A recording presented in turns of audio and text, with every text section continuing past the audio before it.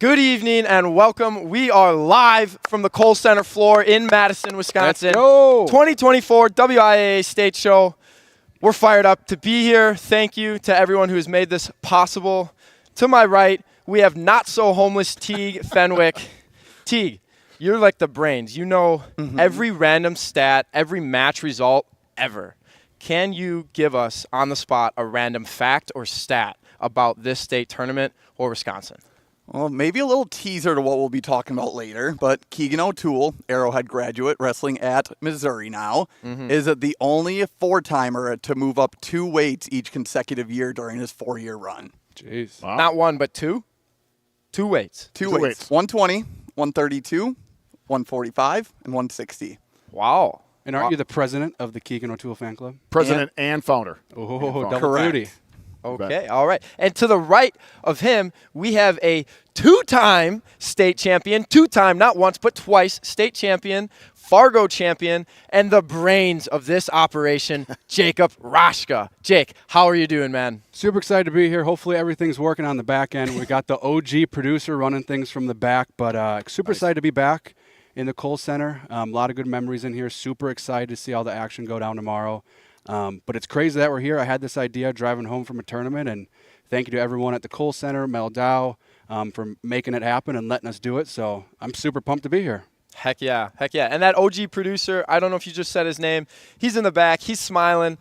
Caden Henschel. Caden, thank you for being here. We will see from him later in the show. We got a good show today, guys. We have a really good show. We got some big-time guests coming on. We will see him later. But to the right of Jacob, we have Steve the Stilts Larkwin. You bet. Oh, yeah. Steve. Oh, Why does he have this name? Steve, can you please stand up and show everyone how tall you really are? Well, I'm not quite Kale Leesgang yet, but not too bad. You want Guys, to stand up for Let's see the perspective? Let's get the perspective. What? Yeah. Look at this. A little bit of height on us. A little bit. You bet. They took me off the basketball court. Hey, Yeah, how did that happen? well, I don't know. But our wrestling program is pretty good. Hey, I have we have a few fans on here that are a little bit longer in the tooth, a little bit more mature, up in there in age. Can you tell those fans what OG means? Oh, boy. You bet. Well, I have a different my OG would be original gangster. Oh, gotcha. You know, he's original gangster. He's part of the original crew. Do you guys have a different Olive Garden. Olive Oh, Garden? nice, I nice. do love me some breadsticks. That's good. That's right. That's like when Teague said sick on the show, and then I have to explain to all the older people that sick is good. Sick is good. Sick is a good thing. Sick is a good thing. Most Yep. of the time. Fun fact, I don't get sick. Just saying. Gotcha. You just saying. totally jinxed yourself. Nate, 2-time state champ. Teague, your claim to fame. 4-time regional 4-time qualifier. regional qualifier. Nice. Thank you. Thank you. Well, gentlemen, we have a big show, so let's get moving right away. We're starting with the best for last. What are we talking about? This year, the WIAA has decided, instead of starting at 106 for the state finals, we're going to be starting at what weight you guys vote on. Okay? So that could be, we start at 138 pounds and we end at 132. Whatever weight you guys think is going to be the best one, the big show in the finals, that's the one that we're ending with. No more walking out early. None of that. We're sitting in our Give seats the heavyweights whole some time. love. Give the heavyweights some love, Jake. Give the heavyweights I wasn't some even a love. heavyweight. I'm just saying, bigger guy. But yeah. What do you guys think about that new rule or wrinkle to the state tournament, and what do you guys think will be that end weight? If you had to take a guess down the line, Jake, what do you think that end weight will be, and how do you think about this rule or wrinkle? I think it's awesome. I think it gets the fans involved. I think it's a really good addition, and I'm going with 113. 113. So We got Is it- D1. go ahead. So you want to start at 113? I want to end at 113. End at 113. End at 113. A little bit different. Usually a heavyweight. We got Ethan Bass probably against either Brayton Casey or Micah Beckett. Those two on the bottom half have wrestled a couple times this year. In D2, Hawken Peterson versus Ethan Hardy. And then in D3, Drew Dolphin and Jake Fitzpatrick, 2 state champs. I think it's probably going to be the most electric match of the night. I don't know how that works with the girls, as there's a couple less weight classes, so I don't know where they'll shuffle in. But that's my pick, 113. Steve, tell me. Yeah, that's crazy. I should have had some more insight and thought all the way through it. I just thought Teague and I had on the podcast the other day. Teague and I made this statement, and I really, really believed it. I said if they said you could come to the state tournament and only watch one match, right? You had to pay the whole admission and come watch one match. It'd be Division III, 138 pounds, right? Watching that final, Dawson Johnson and LA Biba. I think Dawson Johnson going for his fourth, and Elliot Biba right now is on a tear. Yes, So he is. Yes, he is. I would just love to see that. I think that's going to be that match will be worth the price of admission in itself. So, but yeah, I would say start at 144 and at 138 pounds. Okay, so we got 2 different ones so far. I got one more guy with a very big brain. Teague, wait, your word might be pen. It might be the official because you know everything. So Well, what do you think it is? Speaking of Penn, William Penn might be That was not. I didn't. That's I awesome. didn't know. Well done. might be Well done. might be a part of the dialogue here. So I'm with Steve, but I'm going to go a little more in depth on my pick. 138, Biba Johnson, really potential competitive match. Someone going for their fourth gives you Koenig vibes, gives you Shane Yes. Foose vibes, even though that didn't work out for Mr. Shane Foose. Sorry, Stratford people. But I'm thinking about the Hit 'em start where as it hurts. well. Starting at 144, potentially in the finals, Jacob Herm, Owen Sefrud, Colton Weiler, Ian Crapp. All guys that have been runner-ups before. So if you start the night off with a bunch of guys who were in the finals last year, they had their fan bases in here, people are winning their first titles, this place is going to be absolutely jacked when we get going. But I also have another wrinkle with it. Uh-oh. So the girls, I think we start the girls wherever. I think we do a separate poll for the girls because the girls go 4 matches, break, then 4 matches, then break, then 4 matches because we want to start at the same time, end at the same time. So why don't we start the girls I don't hate that. and end the girls on a really fun way too? I'm thinking 165 where we have a potential Reinwald shower match. Reinwald's going for her third. Right, It would be a rematch of finals from last year if it happens, of course. But then we end at 152. Haley Krieger also going for her third. If she faces off with Kara Kugi of Lomira, where they wrestled twice this year and it both went down to the wire, I can't think of a better start and finish for the girls as well. I like that. And you know what? There's a gentleman, there's a fine gentleman, guys, staring at us just off camera that could have some answers for us. So I think we don't wait any longer and we bring on Associate Director for the WIAA, the man, Mel Dow. Yay. Thank you. Get him situated here. Mel, you were just sitting there. You were listening to us ramble on, a bunch of knuckleheads here. But we were rambling on about this new wrinkle that you guys have added. Could you explain to us a little bit about how it's going to work, when people can make these votes and pick who the final weight is going to be, and how does it work with the girls? Do they start at the same time? Do they end at a earlier time? How does that work? Yeah, so first of all, the how it's going to work is on the big screen, the video board, we're going to have a QR code during the semifinals. So all the spectators here, wrestlers, coaches, anybody in attendance on Friday night can put in their vote for what they want to see as the last match for the state tournament. And yes, the survey, if you will, has both boys and girls weight classes listed. As we demonstrated last year, what we do is we start the boys and the girls simultaneously. We do 4 matches.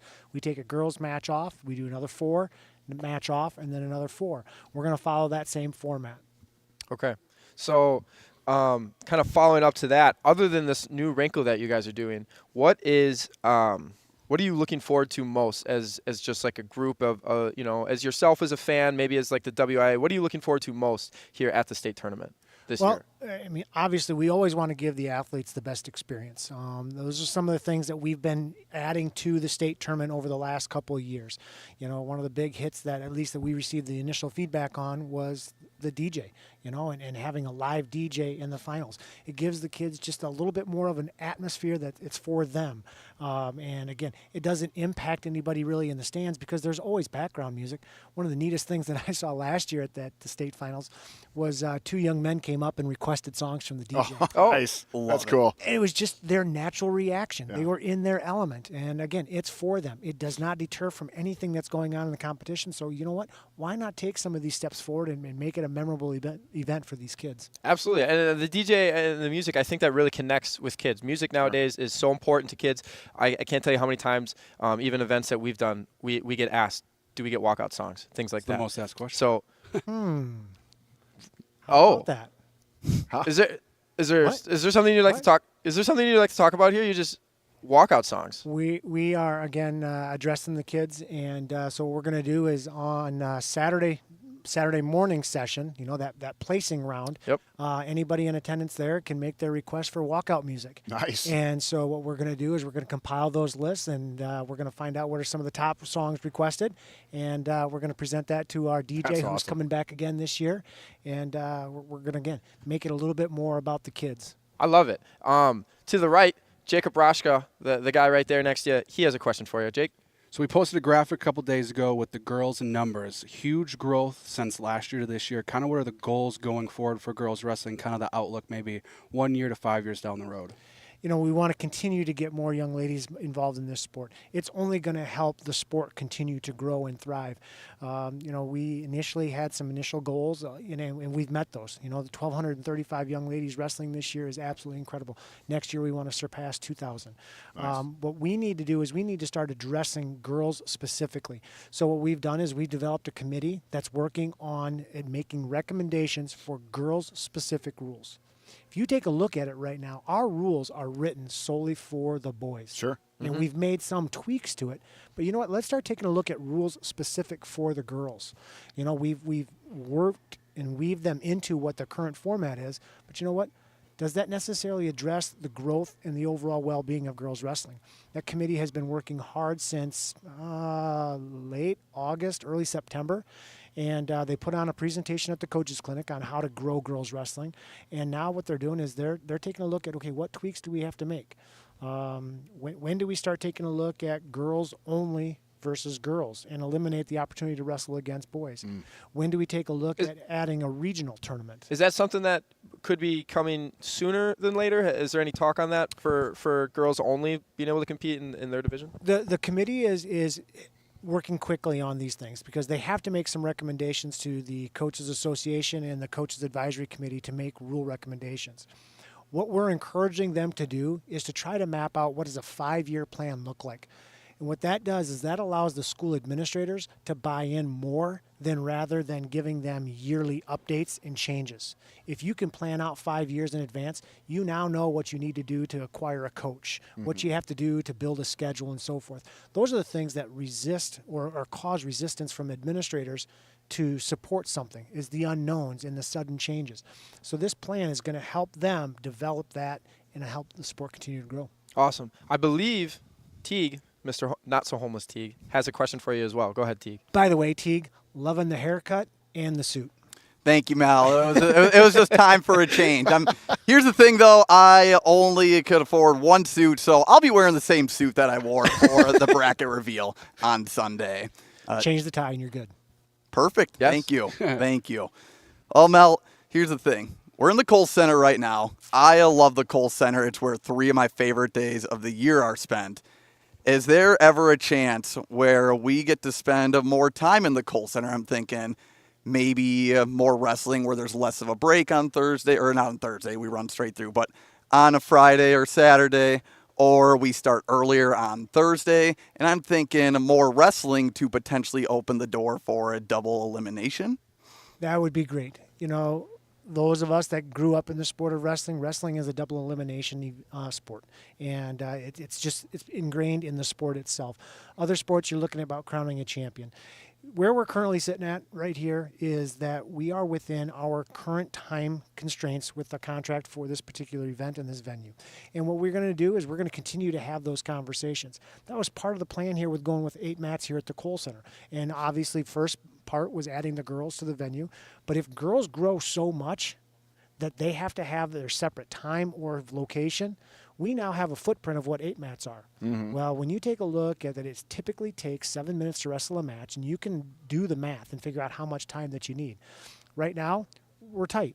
But what we do is we've now built a plan for the future to be able to grow that. Would there ever be a conversation of so last year when Jake and I went around interviewing some of the girls, after they won in the state finals and things like that, they really liked wrestling in the Kohl Center, right? And Macy Kilty, when I talked with her this summer, she said this is one of the best venues she's ever wrestled in when she was wrestling in the boys state tournament. Would that ever be something where instead of finding a new venue to rent out or to work in for the girls, if they like it so much, would you be able to potentially try and squeeze off more time and keep them here? So it's a great question. First of all, understanding how the process works. The schools have to make the rules and the recommendations, obviously, to make things happen. We don't arbitrarily get to make those decisions. We have to feed off of what the schools are requesting us to do. So that's number one. Number two, we are using another institution's venue. That's true. And they have so many things. One of the unique things about this event last year, again, 365 days ago, there wasn't even a basketball game starting yet. There was an 8 o'clock basketball game last year the night before. That's true. So that means we did not get into this venue until after midnight and work through the night to be able to get it set up and ready to go for the individual state tournament. Yeah. A lot of people were going on no sleep through that Thursday. So, again, all of those things play into it.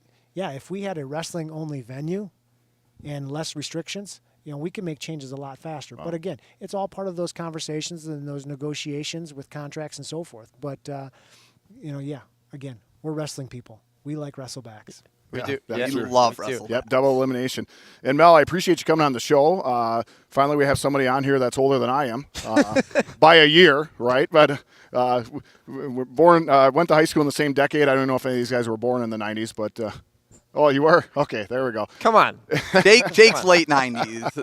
99, baby. 97. 97. Mel, first off, when I knew you were going to come on, I always try to get I reach out to coaches, ask them different questions, and every coach that responded said they just, first off, they appreciate you and that you're working with the coaches, and they're so appreciative of the work you're doing. So talk about competitive balance a little bit. You can take this question anywhere you want. One of the coaches asked, does wrestling have to keep the competitive balance formula for moving divisions? So currently the way that was a membership vote. All 515 schools voted on it. About 2/3 of the membership voted it in. Okay. When others have asked that question, the membership is pretty consistent that they say they want to see this through one time. Okay. They made the decision that the times have passed and that schools aren't necessarily truly reflective of based upon their enrollment alone. They needed something different. Sure. So the committee spent 2.5 years developing this plan. They took a look at all different angles, all different aspects, and they tried to figure out a plan that they can apply generally across the board. Yes, there are two sports that are not included in the competitive balance. That's swimming, and that is track and field. Okay. The reason why those two sports are not included in it is because there's not a team component. There's not a team that qualifies in those two sports to state. All the other sports, both team and individual style sports like wrestling, tennis, so forth, a team qualifies. You could finish last at your qualifier and still get to go to state because of the strength of your team. Sure. Not like that in track and field. You finish last in a track meet, you're not going anywhere. Right. So that's why all the teams and sports are involved in it. So Gotcha.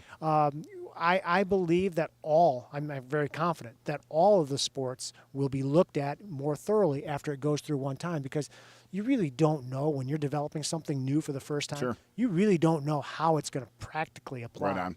And so that's what the committee is going to do this summer. They're going to start taking a look at it. Mel, I have one question for I you. got one too. If we have time. Let's see how efficient you can answer it. I do have one question for you. Maybe it's their question. Whoever's you're bringing up. First, I'd like to say, guys, we talked about this. We're Team Dow, right?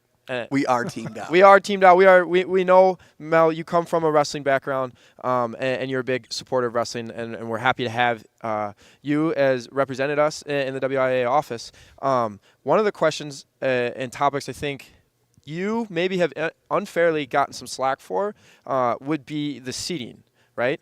Can you just talk quickly on how seating works and where like rules come from? They don't come from you. You don't have control of making rules. How do rules, how are they made? Sure, I'll walk that one backwards. Rules come from the membership. The membership are the schools, okay? And sport-specific rules come from the Coaches Advisory. Coaches Advisory are elected coaches from across the sport, across the state rather, and they represent the membership in that respective sport. They make a recommendation. Once that rule is recommended and passed at Coaches Advisory, then it goes to Sports Advisory. Sports Advisory is made up of athletic directors. Then it goes to Advisory Council, which is made up of typically middle-level administration principals. And then from there, it goes to the Board of Control, and the Board of Control passes it and goes through. Wrestling made the request a few years back that they wanted to go with seating by using track wrestling as opposed to just the matrix that was once used. Back when you all wrestled, it was the matrix. Yep. And this is an opportunity. They wanted to take out, they wanted to have the ability to have that tournament seated. And the only way to really do a seating of a tournament of this size, you're not going to have a coaches meeting. Right. There's just no possible way to do it. A couple days. Yeah, They and want- a lot of arguing, right? Correct. If you've ever been So- in a seating meeting. The wrestling coaches, they like to argue. Yep. And so again, so it's now with track wrestling. In the track wrestling program, there's actually a great video that the Coaches Association have put out there that explains the nuances of how this works. Head to head in the seating criteria is not what we think about. Okay, when you two guys wrestle each other, Yeah, that's only worth 1 point in the whole matrix. might have to okay? change that. And what it is it's then you take a look at all the competitors that are in the bracket and you do all those matchups of how they do through that matrix. And then that determines seed points. And then the athlete that has the most seed points, they're the number 1 seed. Okay. Gotcha. One final quick question here before we kind of jump forward. One final quick question Jake has for you, Mel. This is from the chat. A couple people asking it. What is the reasoning behind 1 minute periods on the backside? Time, Like right? it. It's got to be time. Time That's what I'm constraints. assuming. Yep. Okay. So we've done some initial math and we've taken a look at what it is, and we really can't get it in here, okay? Because it's not just the officials and that kind of stuff. You have to remember that there is facility needs, okay, for them to be able to turn the building over and things like that. If we could let people in this building 15 minutes before each session, they would see all the scrambling that's going on to get it ready to go for that next session. And again, that's another thing that's a wrestling thing. But I think that the 1 minute backside matches is not all that uncommon. Okay, there are other tournaments that we go to that there are 1, 2, 2. yeah. It's actually within the rules, written that way as well. But if we had more time, let's give these kids some more mat time at the championship event. Awesome. Well, thank you for coming and joining us, Mel, Associate Director of the WIA, Mel Dow. Thank you. Thank you for Thanks, joining Mike. us, Mel. Appreciate it. Appreciate it. Thank Keep up the good work. Appreciate it. Thank you. Thank you. Mel. All right, boys. Good chat. That was Good- great. I wish good we could chat. keep 'em on for longer. Yeah, I could fire him off all day. Oh, no. I only got through one of my 4 questions, so. It's informative though. It's I had a It was couple very people good. texting me. There's a lot of people out there that want answers. Absolutely. it means we got a lot of eyes on us. We got a lot of eyes. Let's move on though. Let's move on. So first, Jake, tell me, what do you think the best state bracket is? We're gonna work through the division. So give me what you think the best state bracket is here in Division 1. Division 1, 106 pounds. 106. It is a whole slew of freshmen. I think a freshman's going to win it. But the top 3, well, I guess in the 1 seed, Duchemin, 5 seed Rugg, and D. Piazza are all the guys that I think are title contenders. If you look at the track record of these guys, you got Duchemin's beaten Rugg 4 times in the past 8 months. That's a lot of times to beat someone. I went 3-0 at the WI Wrestle Duels. I believe a last-second takedown, kind of a crazy scramble out the back door. Duchemin got it. And their dual meet, it was 5-1. At conference, it was 3-1 in OT. And then sectionals 3-2 ultimate tiebreaker. So it's getting closer. And it gets hard to beat somebody when you're at that Yep. level. To beat that someone Correct. that consistently, it is so hard. So I would almost rather be on the Rugg side of things, just trying how to crack the code versus I got to keep. Obviously, it's getting the gap is getting closed. But on the bottom half of the bracket, we got D. Piazza, who beat Rugg 12-0 at Dominate in the Dells. So I think you wrestle those 3 guys in a round robin a couple different times. You might get a different champ every time, but that bracket is really interesting. There's a bunch of other people, some dark horses, I guess, that you could say that might come out of it too, but that's a deep bracket. Yeah. So we got D1 106. Teague, what D2 do you have me best? State Are we bracket? rolling D2 or are we staying D1? I was gonna roll D1, D2, and keep funneling them. Sure. Okay, so I think if we're talking in terms of depth, I mean, D2 a 120, and I know this was one where people were talking about seeding stuff, but how do you really move kids up when there's 8 returning state place winners in the bracket? It's just, absolutely Wow. insane. I don't have all the names on it right now in front of me. but Okay. What yeah. weight class was that, Teague? I missed that. D2 120 pounds. Oh, man. 8 returning state place winners. I mean, you have a returning state place winner. Lane Anderson got 3rd. He's the 11th seed. Sure. I know Gessler's on the front side of the bracket.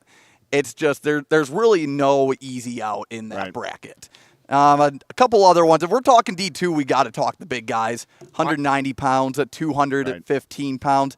190 pounds, you have 3 guys that have wrestled in the finals. You have a Daly, 2 champs. Ingham, Yep, and then Shane Beck, who was a finalist last year, and then Max Mathias rounding out the top 4, not being a finalist. Okay, but he was a Fargo All-American this year in cadets. He's pretty dang good. He's pretty dang good. And that match at the Two Rivers Regionals was insane. He was fired up. Schoenbeck and Mathias, electric. So I could see that every day if I could. Are they? I think they're on the same side of the bracket, right? You got in front of you. I don't know. Give me a second. Who are we talking about? Shane Beck and Mathias? Yeah. No, it's Mathias and Ingham, I believe, at 190. We got Mathias and Ingham. Yes. Okay. All right. Cool. I'm going to finish my analysis. And then Dang, you guys got the fancy book. 215 has a little bit of it all. 6 returning place winners, so it's deep, it's loaded with hammers, and you have the potential finals match between Ian Big Cat Smith of Northwestern and Chase Mathias of Two Rivers. Undefeated. So, I mean, take your pick between those 3. Nate, I'll take over. Yeah, I'm just going to go right to the girls' side. And I took a look. It seems like in the girls' division, every single weight class has the top 1, top 2, where they're kind of the favorites. I took a look at 100. You and I talked about 120 pounds being the wide open weight class, right? I think legitimately you walk into this bracket and there are 6, possibly 7 girls, a couple of those lower enders and seeds, the 4, 5, and 6 that if they have a really good tournament, they could walk out as the champion. And that's what I really love about the 120 pounds. I mean, number 1 seed, Delia Collins from Mineral Point. You got MJ Newman. You got Maya Dellery. We just talked about her. Just got her 100th win. She has, I've watched her wrestle. She's wrestled mostly on the guy side this year, right? I got to see her live at the Watertown Early Bird Scramble. Took 3rd. And there's a lot of schools at that tournament.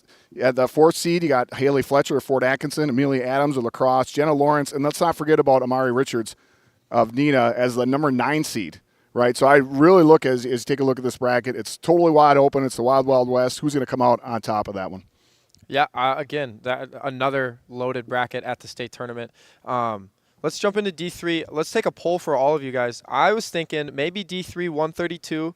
We have Stevens, Carey, and at the 1 seed, Carpenter. I think that's a pretty loaded bracket. I think we can see a couple of champs out of that one depending on how things shake out. And then also in Division 3, I believe it was 175, I believe. Teague, does that sound right? 175 returning place winners? Yes, Yeah. we got Moline and Banco as the 1 and 2 seeds. And then don't forget Lueck at I believe he has 1 loss, right? He has 1 loss on the season out of Stratford.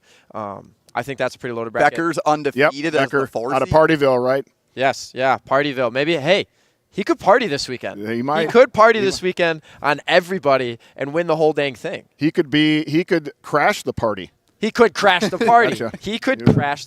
Uh-oh. He could crash the party. Guys, what do you think about Division 3? Is there any other brackets you think might be the best one? Well, 157, I think a lot of people see Tristan Stelt at the top, and then they kind of go away from it. But 57 also with 5 returning place winners. And a little intrigue here. I know folks are iffy on the sectional rematches, but if it happens in the quarters, guys are getting multiple matches at the tournament, then I'm still down with that. And we have potentially a Troy Duelman and a Tyler Sunday. They're both in the same sectional. They might have wrestled the most out of these last 4 years, more than any other pairing so far. Yeah. I think it's Sunday's their 3-time 4th placer, or right? 5th He's time. Yeah, placed 3 times so far. Yeah, correct. So Sunday Duelman in the quarterfinals. Obviously, you think of who's winning it. A lot of people are going to lean towards Stelt, but that's going to be a fun bracket both on the front and the back side. Well, gentlemen, what do we think overall, and unless you have another one to bring up in Division 1 or the girls, what do we think overall might be the best state bracket this weekend? If you had to pick one, if we go through the list here with you 3, if you had to pick one, I know we've talked about a few. Jeez, I'm not ready for this one. Yeah, I'm not. Well, I could just talk. Putting you on the spot. You just pick one. Come to mind is D1 132 pounds, right? You have two That's a good one. 2 state champs. I mean, I don't know about overall talent, but when you have 2 returning state champs wrestling against each other, and we talked about this earlier, that just makes for a fun bracket, right? And 2 pretty well-known names, you know. Yep. I think if you were to say that, then you would have to obviously bring up D2 190. Correct. Right? And that's what I got pulled up. I mean, you got state champ Daly, state champ Ingham. Schoenbeck lost to Daly by 1 point, ride out. I mean, and then you got Mathias who just beat Schoenbeck. I mean, those top 4, you get a different champ every day, maybe. We might hear more about that bracket later, too, from you, huh, Jay? We might. We might. Stick around. Teague, pick one. I'm making you. You're picking one. In terms of pure depth, I just got to go with D2 120 again because you talked about the returning place winners. You have a couple guys that also qualified for state as well. And then you throw in the freshman. Always fun when you see freshmen at the Cole Center for the first time. Carson Newbert of the Luxembourg Casco joins that fray, making the bracket even deeper. I know I've talked to a couple people. Their goal, don't miss a single match of a Division II 120 pounds. I like that. Well, we're going to move forward here a little bit. Guys, I need to know. Steve, I'm asking you first. Right. You said it earlier. You're the old guy of the group, right? So you called me the old guy. No. I think I just said the more mature guy of the group. Run it back. Run it. Check the tapes. Somebody. What is that? Mr. OG. Can you check the tapes, please? I don't think I. No. I said somebody older. When Mel came on, I said finally somebody older than me. I didn't say I was old. Okay. Just said older. All right. Well. So Nate was thinking it. I was thinking. Right. You don't know what I was thinking. All right. My question for you, though, is I want to start with you because you got the old school opinion. I didn't call you old. I said old school. Yep, old school opinion. You might have the old school opinion. Celebrating and smack talking. Just, this is maybe, and I'm not, again, I talked about this before, but like a little bit of smack talk doesn't mean, getting at someone in a mean in a mean aggressive way, getting personal. It's just maybe a little yap, like you can't take me down, stuff like that, right? Yeah. We all understand what we smack saw with talking. Brody Hart and Luxembourg Casco. Right, that perfect friendly example. banter. Friendly banter, but again, no personal shots. No personal shots, but it's good and it gets you a little fired up. How do you feel about celebrating, and how do you feel about someone partying on someone if they win? Big duel, big win in the semifinals and flex over top of the guy that they just beat or something. Well, so I was just going to ask you what he meant celebrate now. You're talking you break a guy and you break him. Well, you might like my answer because I'm a little old school with it, right? I respect all answers. I grew up, and some of you guys might not know this guy, but his name is Barry Sanders, right? Okay. Barry Sanders probably, if he didn't retire early, would have been by far the best running back in the NFL.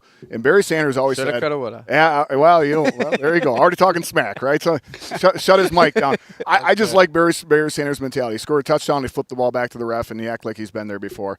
Now, with that being said, do I think there's, I have no problem with the fist bump. I have no problem, the people getting excited, flexing over somebody. Well, then, okay, no, that's a little out there. I just think this. I think there's nothing wrong with celebration. People have worked hard, different things like that. I think if anything that you do is at the expense of somebody else, that's when it takes it too far, right?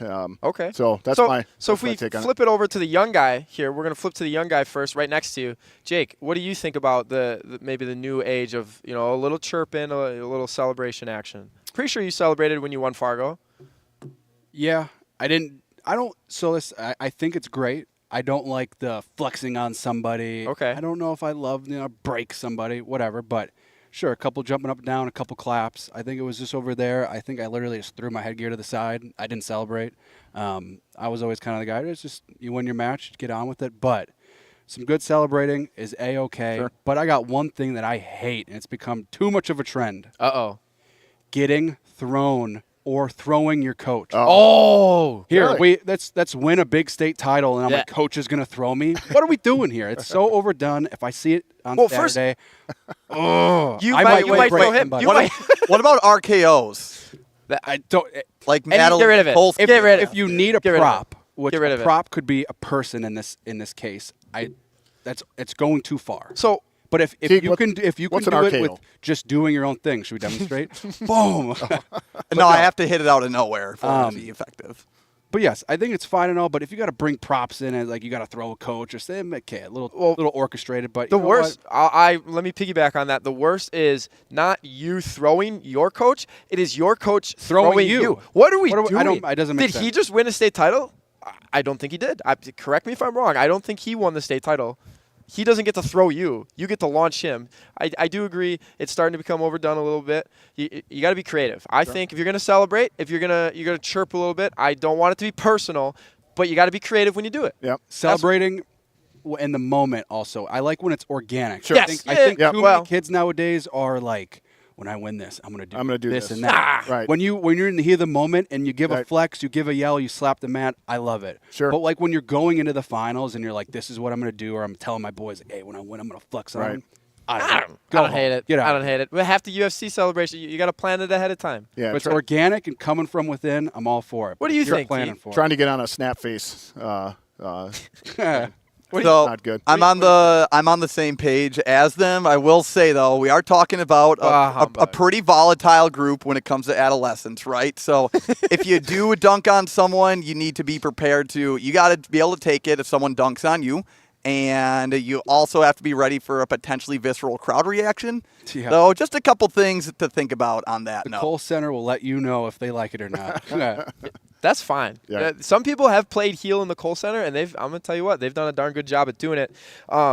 Moving forward, if you want to sit front row for the finals in front of Division I and see some potential celebrating or hear some potential smack talking, go over to our Facebook comments section right now. We're going to pick a winner after the break. After the break, we will pick a winner. We have 2 state finals tickets that we are giving away front row of the Division I mat. There's going to be some really good matches there Saturday night. So if you guys want to have 2 tickets, a chance at winning 2 tickets, head over to our Facebook chat.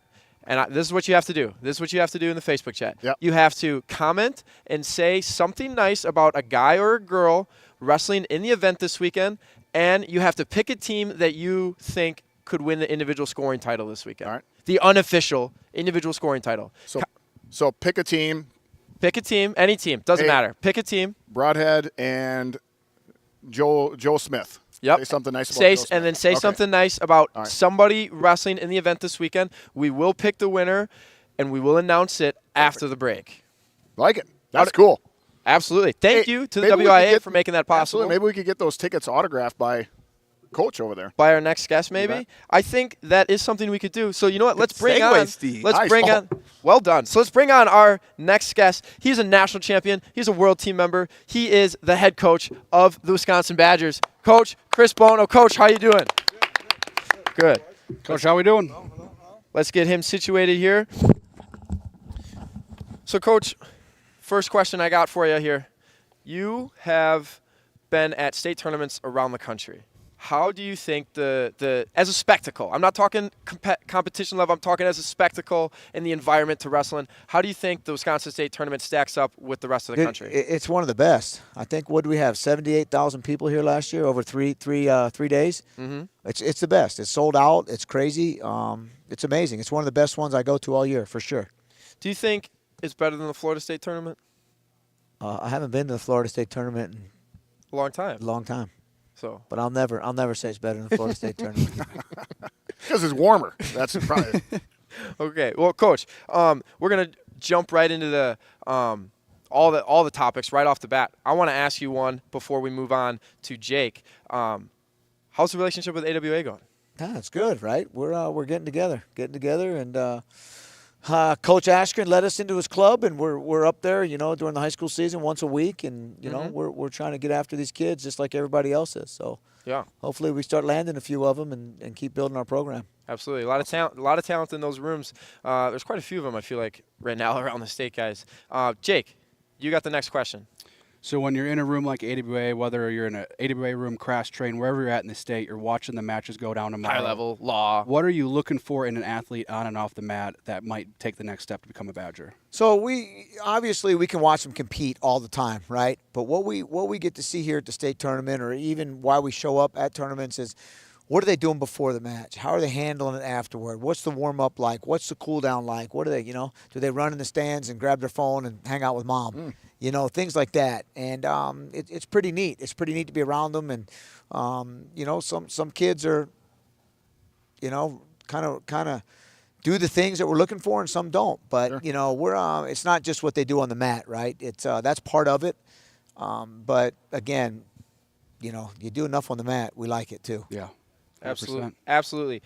Teague, I think you had one on deck too for Coach Bono, so hit him. He's been waiting for this since He I has. walked in. Yeah, Coach, he I- mentioned it before, but he wouldn't tell us Right, what he it was. wouldn't I don't. tell me what Yeah, it is. no, you don't give it away too early. I'm a little scared. No, it's not that hard hitting, Coach. So I'm still getting more into the college wrestling scene because I follow a lot of high school wrestling. So I just want to ask you, who is the best wrestler that you've ever coached and why? Who's the best wrestler I ever coached? That's kind of hard. That, I mean, maybe it is hard hitting. As mean, him as a head coach or as a his whole coaching career? Whole coaching. That's a tough question, right? When do you want credential wise, or do you want work ethic wise? Do you want the best person I've ever been around? I want. Oh, let's go. Well, Credential wise, obviously, right? Cale Sanderson. You know, I recruited Cale with Bobby, and I was in his corner for all 4 of his national championships. So obviously, that's hands down. Oh, I didn't know Right? that. Oh, I didn't realize that either. so we should have researched that before. Yeah. Your homework. That's called knowing your guest. Right. So really a quick story about Cale and his quirkiness is we recruited him, and we had his brother Cody already with us at Iowa State. And I'll never forget when we get on this phone call and Bobby Douglas is like, hey, Cale's calling us at 8 o'clock. I don't know how to do this 3-way stuff. Remember how 3-way was Phone call? on the landline, right? Where you got to hang up and do all this kind of stuff. He's like, you got to dial me in. You got that. So Hit flash right, or that's something. it. So Cale gets on the phone and says, yeah, Coach Douglas, I've made my decision. I think I'm going to go to Oklahoma State. Uh-oh. Right, and Cale and Coach go, you know, I'm not going to, if you know Bobby, right, back then I guess you could say a bunch of words, but he's like, what are you going to do about your brothers and this? And he said, did I say Oklahoma State? I meant Iowa State. Oh, no. Yeah, so he's so- just trying to pull. Oh, wow. So it was good. It was good, and then it was, so Cale obviously, right, credential-wise. What about best person? I mean, best person, right? There's a ton of them. There's absolutely way more of those than there are credential-wise, obviously. But there's a kid from South Dakota. He was an Iowa kid named Alex Mackey. He probably only won 7 or 8 Division I matches his whole career, but you know, he's an amazing person, a great kid, and went to the Marines right afterward. And you know, I just saw him. It's probably why it's on the top of my head right now. He just came to the Iowa duel, came down, and we saw him, and he's an amazing person. Has a family now, and you know, from Ballard, Iowa, small town that came out to South Dakota State and really made something of himself because of how he worked, and made something of his career when he went to the Marines and started, you know, running his platoons and all that stuff. But just an unbelievable person, unbelievable work ethic, you know, someone you trust your kids with. Yeah. So kind of speaking of the Iowa duel and just kind of the college season as a whole, Coach, this last weekend, right? You guys dropped two tough duels, but prior to that, you were on a 3-match win streak in the Big Ten. How would you summarize the season for you guys as a team so far, and where are you guys at right now? I mean, obviously, I think it's pretty status quo, right, for what we have. I'm not going to sugarcoat, right? We're not competitive in 4 weight classes right now. It's a problem. Sure. But that's a lot of stuff that happened in the off season that, you know, we weren't able to, you know, figure out in the portal or do whatever we got to do in the change of the landscape. You know, but we've got our horses that we knew we'd have. We had our chances at Minnesota, you know, and upset at 25, a fall at 33 that got taken off the board. That let's get right. Well, let's get into it. Let's get into it. Let's get please. into it because I'm still fired I'm still up, not right? happy. Get a little- I'm still, you know, and that's why I freaked out at Iowa too when we weren't getting a call because I'm still not happy about Zargos, right? Yeah, I'm still not happy about what happened, you know, but we win 25 and we get that fall at 33. We win the duel against a 10th, you know. What did they say to you when? Because I saw you were on the mat, and everyone was on the mat, kind of at that point. I know the rules though. You can't go past that line. That was, That's where they got that go point, past right? that line. They weren't going to call it. I had to tell them that Egham was in the middle of the mat. Take the point. If they were going to get the fall, they at least it's only make it 5 points, not 6. Yeah, you know what? That's smart. Every Right. point matters. So, what did they say to you though? They at 33, said that 4? they awarded the takedown before the fall, and I was telling them, you award the takedown in overtime, it's over. Stop the match. So I have something to challenge. Okay. It's Okay. like you. So the call on the mat was a pin. It can't be a pin if you awarded the takedown. So you're saying, and then you're saying you're basically challenging if it was a takedown. Then. So right? they challenged that okay. there shouldn't be a pin because there was a takedown before the pin. Yes. And So once the takedown happened, he should have stopped the match, right? Because it's overtime. yep. Nobody. Sudden victory. He did not put us in criteria, correct? Yes. Okay, so if it was if he took us down and put us in near fall, then the match keeps going, Yeah. right? But he took us down, which it wasn't a takedown because of the reaction time. That is. So they should have let it. He let it played out, dude. If you go back and look at the video, he awards 3. We roll. He awards 2 reversal. He awarded 3 though, right? He awarded the 3 after we were on top of him. Then he awards 2 reversal. So you're basically your argument there. So how does that happen in overtime? Well, I'm not. I told him. I'm not a ref. I asked him, was it a takedown? Yeah, then stop the match. Why didn't you Sure. stop the match? And it was Right, like, sure. let me go to the review. Well, what are you going to the review for? Sure. Did you award the 3? Because then if you award the 3. Right. If it's 3, Yeah. it's 3. Now, if it's here- not, Well, the only time you give me continue my- is give if me my you points. took him to his back. Exactly. Right. Now, here's where it gets crazy is I got nothing to challenge because he called the fall. What am I going to challenge? It wasn't a fall? I Right? see- So I see so what they you're saying. challenge it wasn't a it was a takedown, so I can't re-challenge the And challenge. say it wasn't. And it wasn't. So if he just would have awarded the takedown, I could have challenged the takedown. No takedown, reaction time, they're back on their feet, they keep going. So at least, at the very least, you guys would have been able to Back keep on their wrestling. feet to keep right. wrestling. You went and got the fall. Okay, sure. I believe we have another question here coming from. Oh no, go Jay. I got speed round at the end.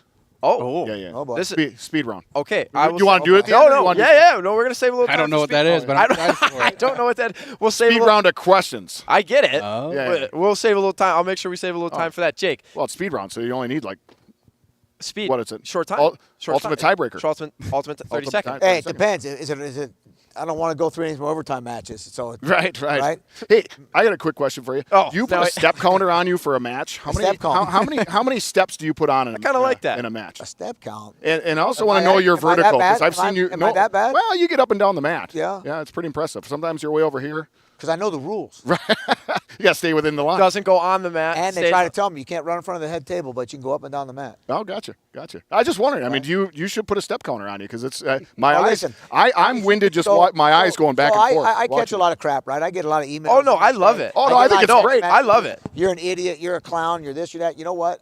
When my guys look over and know I'm fighting for them. Sure. When they look over and we have love some that. energy in the corner in the third period, right? That's Yeah. it's so they know that. Absolutely. If we're sitting here like this, and You're it's a wrestling 2-2 the match. You're wrestling the right? match with them. And I'm making sure that they look over and they see the energy Absolutely. that they need to keep going. So that's you know. It's good. It's all for- it's all yeah. To be, I think it's entertaining. And Oh, absolutely. I'm not a hater of it. I meant it as a positive. Right. That's what I was saying. And I think it's the worst great. part is I don't even know I'm doing it. So that's where it gets even Just worse. black out a little bit. You do. You do. What just happened? Right. Jake, you got a question for him. Let's hear it. UNI's coming up, and then we got the last push towards Big Tens and Nationals. Kind of what's training looking like right now. How's the team feeling? Stuff The like train. that. You are the train. You really are. I You like are the the training. training I guy. love the What do you- training It's questions. just majors, everything. Exercise physiology major. I love like the details of how we develop the guys, and I got Wicked one of the best smart. right here. Right. So no, it's great.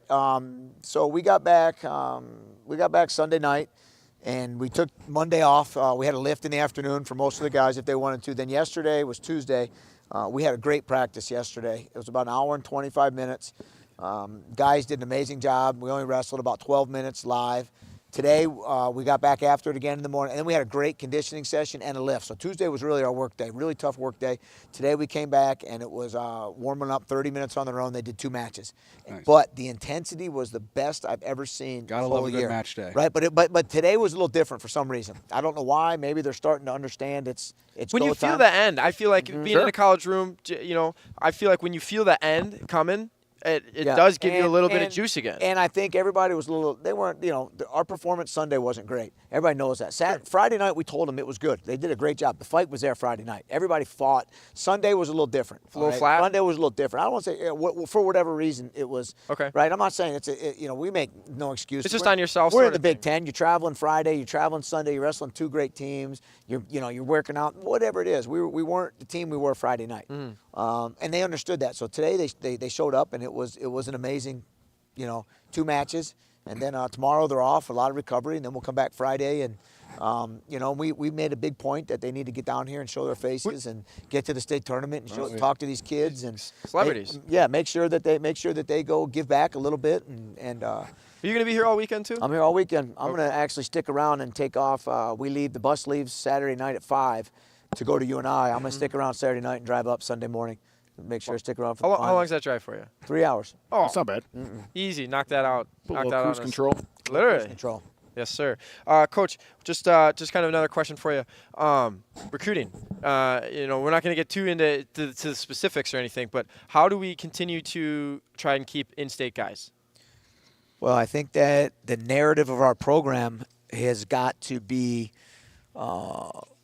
understood by all, not rumors that go around. if that makes sense. yeah, If so that makes sense, right? So I think that people that want to know the ins and outs of our program need to understand the ins and outs. They don't need to talk to people that don't know the ins and outs of our program, right? Not secondhand or right, third-hand, not you're secondhand or saying, coming in third-hand, right? firsthand? We're bringing in some really good Wisconsin kids this year. Okay, we want Wisconsin kids. We want the best Wisconsin kids. We need to be afforded the chance to go talk about our program and show them. Don't get me wrong. We want them all, right? But so does everybody in the country. They want when you're the best Wisconsin in the country, has everybody the wants. best kids in the country, but that brings every school in the country here, right? But we should have an advantage, and we should. Be afforded the chance to really go after these kids, right? But the narrative about our program is not, out there is we've got to do a better job of getting, the truth about our program out there, and how great the university is. Everybody understands how wonderful it is and the support we have from our administration and, campus. the campus is amazing and, our facilities are amazing, when we get that, and you know what, a lot of that comes with winning, and I know that, right? When we start winning, everybody will understand how great this place is, and we're going to win, right? We got a bunch of winners on our team. We got our staff are winners. We're going to win. You know what I mean? It's just we got to make sure that we get it done, and we put a lot of people on the podium and get some national champs here in the future. Yes, sir. Well, Coach, I want to say thank you for joining us. Thank you for taking the time out. For actually one final question here for you, Steve? Well, yes, we're gonna do this. Sorry, I have no. We're gonna do. If we don't have time, we're gonna do speed on. I have a question though for you, really fast. If you had to pick a round in wrestling, whether it's at the national champion or the state tournament, what's your favorite round? Like the semifinals or the finals? Blood round. I mean, blood round. You know what? As a coach, I know I tell you my least favorite, right? Is that first round at the NCAAs. First round. You know what I mean? Okay. You got to. You don't know what's going to happen. You got to make sure everybody's ready to go. How they're ready to perform. But my obviously as a fan, and my favorite round's the finals. Okay. My favorite round is and I'm talking about from being involved. You when you're in that final match. You're just watching one match. When you're in that final match, are you talking about fan? Yes, as a fan, what's your favorite? What's your favorite round to watch? I mean, honestly, as as a fan, I'm not big into becoming an All-American. Or at the national tournament, Yeah. state tournament. I don't care if you place as Yeah. a fan. Yeah. I want to see who's going to win this tournament. Whole Right thing now, thing. as a coach, right? Obviously, when I'm at the national tournament, blood round is super important. It's fun to be involved in. The semis are fun to be involved in, and then the national championship matches are fun to be involved in. But as a fan, I want to see who the best guy in the weight is. Awesome. Speed round. Here we go. Line it up. Chris, take yourself back. You're 10 years ago. You're wrestling in college, right? 10 years ago. I was trying to give you a little. All right, you know, all right. a little bit. I like you a little more now. I appreciate it. I know I was on the bottom side there with that running up and down comment, but all right. So here it is. You got to just first thing that comes to your head. You're back in college. Take yourself back to that mindset. Start off with a couple easy ones. Get a little harder as we go. Ready? Best takedown. Pull the guy down, run around him. That was best pin. Your favorite pinning hold.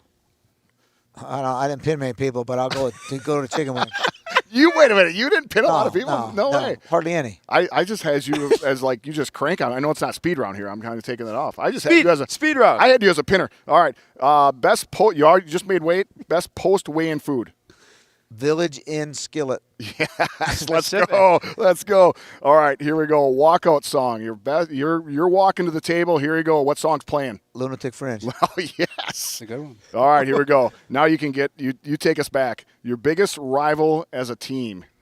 Iowa. Got any stories? Quick This stories? is college, right? Oh yeah. You got any stories with that? Oh yeah, we're the last. We're a team I coached was the last team to beat Iowa. Nice. We pinned Nick Pasolano, pinned Cole Pep in the last round, in the last match to beat Home? him. Was it home? At home. Was Then it? the next year we went into Carver and beat him. It was the crowd go crazy. And another quick thing is I had Cale Sanderson, Joe Heskett, Zach Thompson, Cody Sanderson all on one team.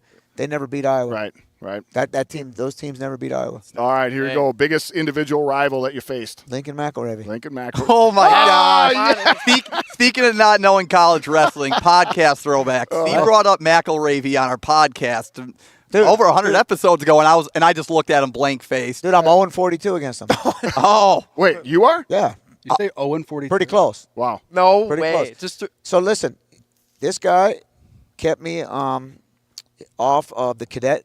He beat me in the cadet finals. Jesus. So you're talking all, not just 13 years old, 14 years old. Beat me in the cadet finals. Wow. He beat me every time we wrestled Iowa State, which Yep. was home and home. Yep. He beat me in the national finals. He beat me off of the Olympic trials in the finals of the Olympic Yep. trials. He beat me off of 4 world teams to make 4 world teams in the finals. So, Yeah. yeah. No wonder why that's, T can't remember him. Okay. I choose not to. That's right. Out of respect for Coach Bono. There you go, buddy. There you go. Coach, I want to say thank you for taking the time to join us. It's been a pleasure having you on. It's been a pleasure having you on all season, getting the time to talk with you. So thank you. All right, boys. Let's have a good Awesome. weekend. You bet. Huh? Coach Thank Bono, you. everyone. Thank Coach you. Bono. Awesome. That's awesome. All right, let's Thanks, Coach. keep it moving. Thank you, Coach. Let's keep it moving, boys. Next up, state tournament. We have. Is this the best state tournament ever? Is it all time? Do we think this is the best state tournament ever? I'm going to open the floor up for a discussion here. Everyone here. What do you Am I going for? Tell me. Are you? No, hold on. Are you talking best state tournament? Are you talking talent wise? Is that? Yeah. Yeah. Talent wise, or I guess if you want to think about just like competition, it's the same thing, right? Is it? Not talent-wise? really. No. Because I'll tell you this. I was talking atmosphere and just. I wasn't thinking atmosphere. I'm thinking You're talking the quality of talent-wise, wrestling, right. the talent wise. Well, is this the best state tournament ever? I think so. I mean, I've been around a lot of them, and just watching the development, and I think this leads on to later on we talk about 4-time champs, but the talent that we have in the state is just it's mind blowing to me. I sometimes think like, man, how do you coach these kids to get better when they're so good, right?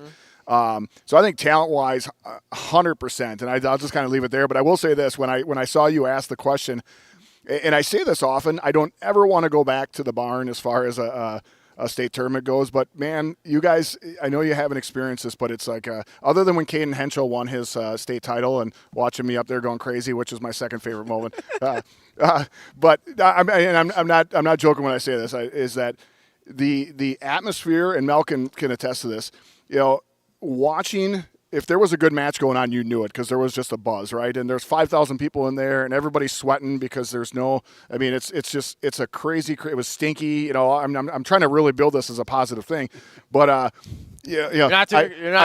can still picture Athens and Riverdale right next to each other, and those fans did not like each other, and they were going for an individual title.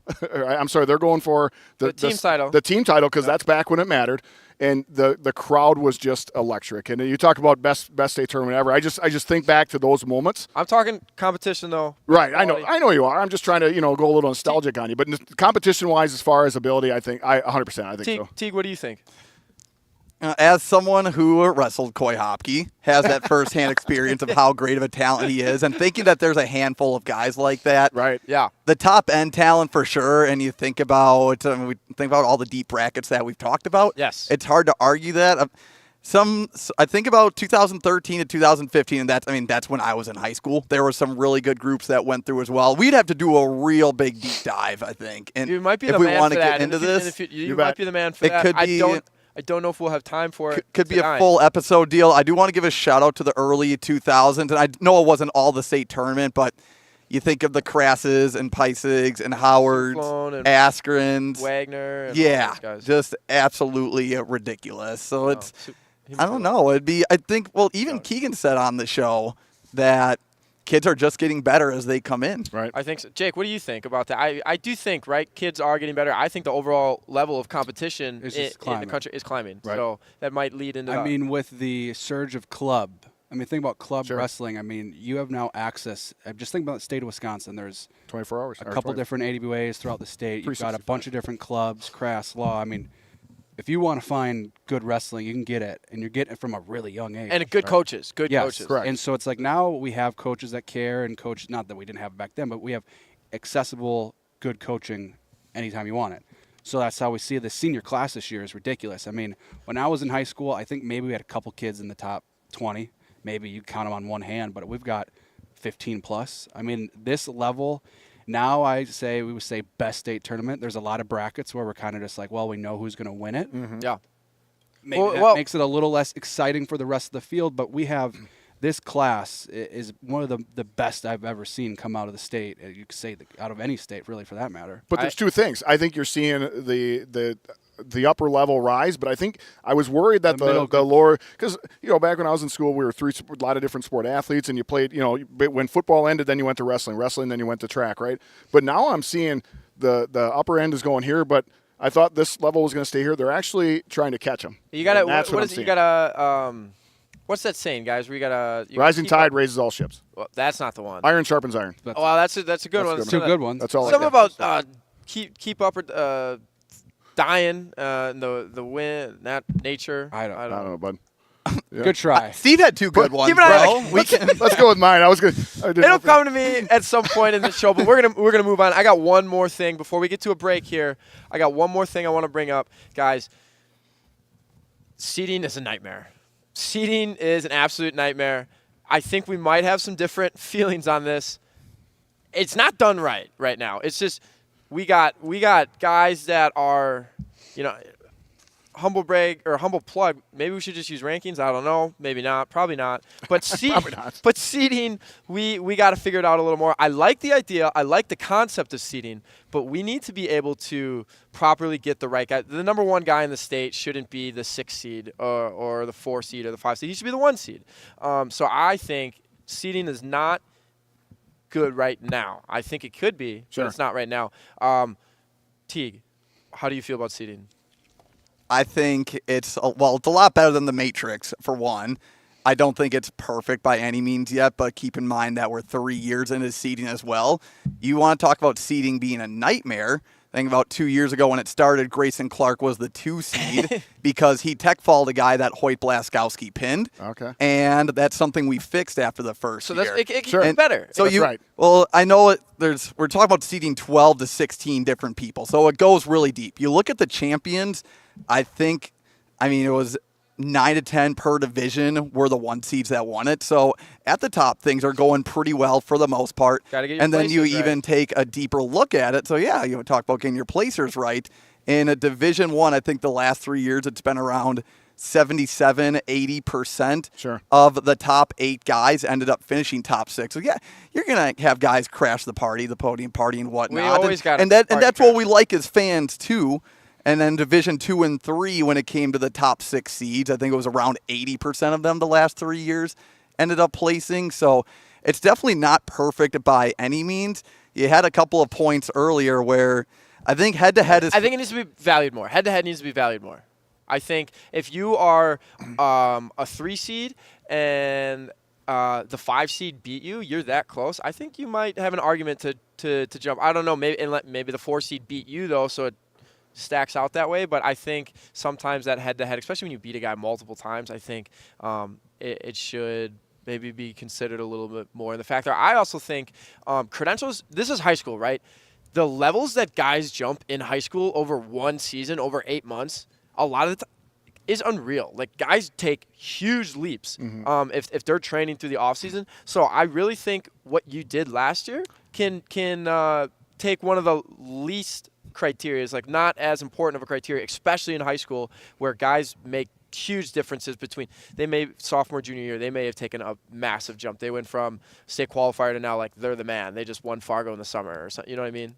Half agree with you on that one. So I think it's okay to take the state qualifier part of it, to be honest, because, well, other than the fact that not every sectional is built differently, but state qualifier, that's just a sectional result. Yes. We already have head-to-head. We have sectional placement stuff built in there to where I do think there should be something favored where obviously head-to-head plays into it, where if you beat someone at a sectional, I would love to have that weight because it's still the postseason. So maybe keep it to where you can't be seated ahead of someone in your sectional or whatnot. But I think we got to keep place winner in there, and it's a very rare scenario. But we don't need Reed Spurley this year seeded 5 through 12 just because he has 6 wins and they don't use place winners. Yep. Because Reed doesn't care. That's where logic needs to come in. Reed doesn't care. It's a disservice to whoever he wrestles, especially with the single elimination format.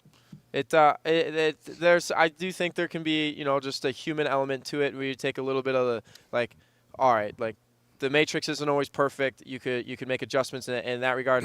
Final thing I will say on this topic, we're going to get to the break here in a minute. Final thing I would say about the seating is just that, again, I think it can be better. I like it. There are people, though, that say throw out seating altogether again. Go back to the crazy madness of a Thursday night, and that's how you fill the stands on a Thursday. I do think stands are pretty I think it's well attended on a Thursday. I've never felt like I noticed that difference, that drop-off since seating started. But there are some people out there that say, let the madness happen. However it shakes out, shakes out. Then you get some lousy final.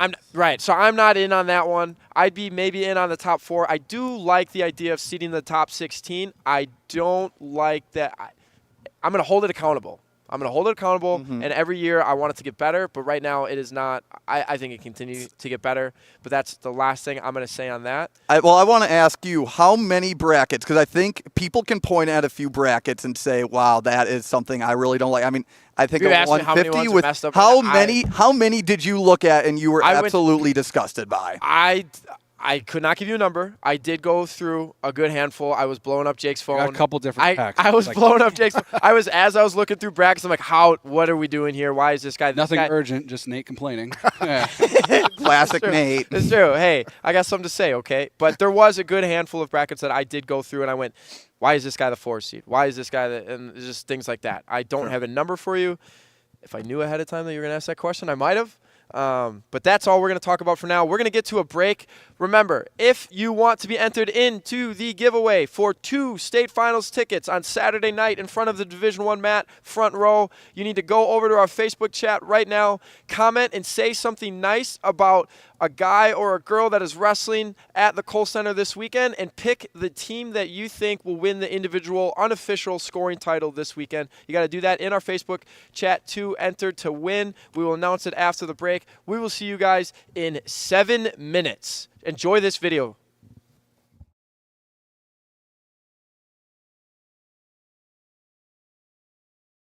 Morning. Go Team Wisconsin.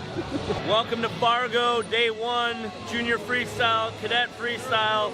We're gonna bring the noise today, all right? I'm gonna do my best to not use any chirp sounds on my interviews. No swearing this weekend, but no promises though. Go behinds will win stop signs, all right? Go behinds and turns. Wisconsin on 3. 1, 2, 3. Wisconsin.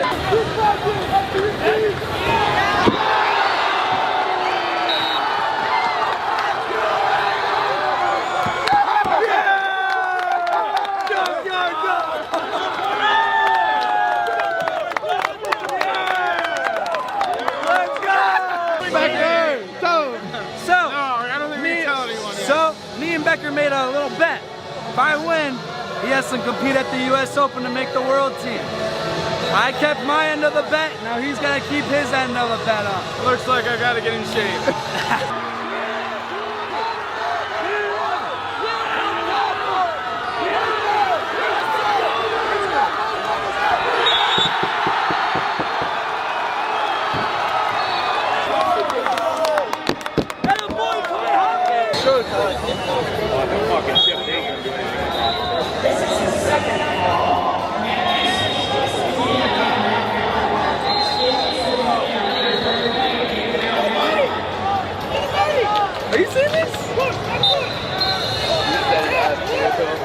Is he pulling more out? Yo, chill. We have 5 more hours of wrestling to go today. How's that? Like, it's a choice whether or not you want to take that and use it however you want. You can use it to motivate, you can use it to get yourself down, but it's a choice that you choose. I just don't choose to let that bring me down. What does choice mean, Kittleson? It's pretty self-explanatory. It's a choice. What's a choice? It's a choice. What is? Everything. What's a choice? Literally everything. Tell me what's the choice. Everything's a choice. Everything like what? Headaches. Hey, you guys look great warm-ups here. Nothing changes. Just because it's a national tournament, 7 minutes, right? If you focus on that 7 minutes, you step over the mat. If it takes us a little longer, so be it. You know we're going to win in OT, okay? High pace, wrestle the edge, tough on top. It's going to be a great day. Trust your offense, scoring points. We see you score, all right? Shit goes bad in that. What's that one word, that phrase that we talked about? All right, flip the switch. Positive thoughts. All tournament long. Let's go get it, boys. Win on 3. 1, 2, 3, win!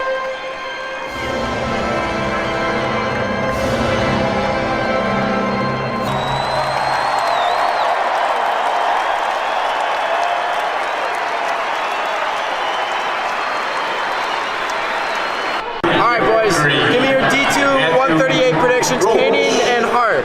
I'm gonna go Hart. Who you got? I don't know what what they The chose. decision of 7. Hart's gonna win it. Cannon's gonna be.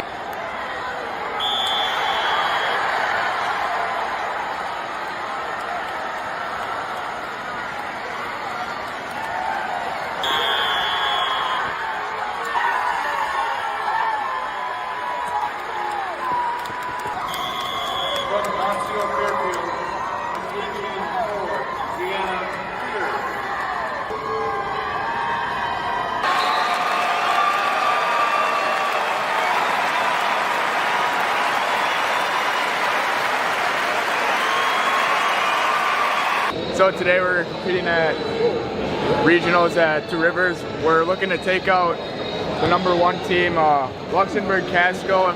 You know, it's not gonna be that hard. They don't have like a... Keep warming up, buddy. Yeah, that guy, we're taking him out too.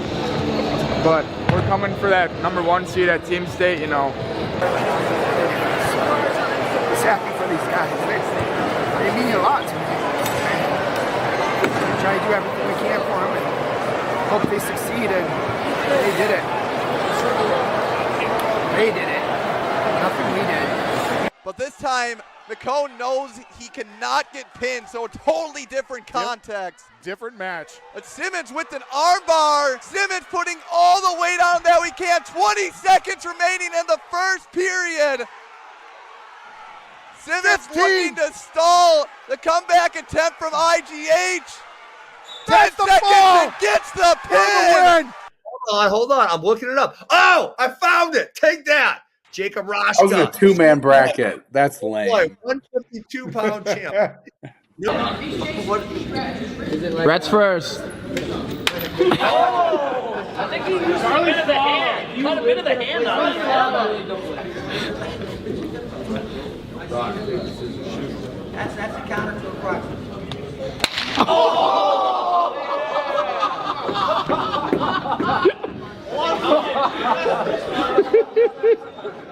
Yeah, I think I saw Charles one. Somebody get him another weapon while they're playing. Use what you have. Gotta use what you have. Let's go. Keep going. They're gonna miss. They're gonna hit me. Bringing your hip up when you got red. You don't need to bring your hip up. Oh, you were screwed. Look at his shot left. Let's go. Yeah. Anybody got an extra shirt? This guy needs a new shirt or a Kleenex. Oh my God. Oh, Shout out to Wisconsin, baby. Shout out to Joe. There we go, baby.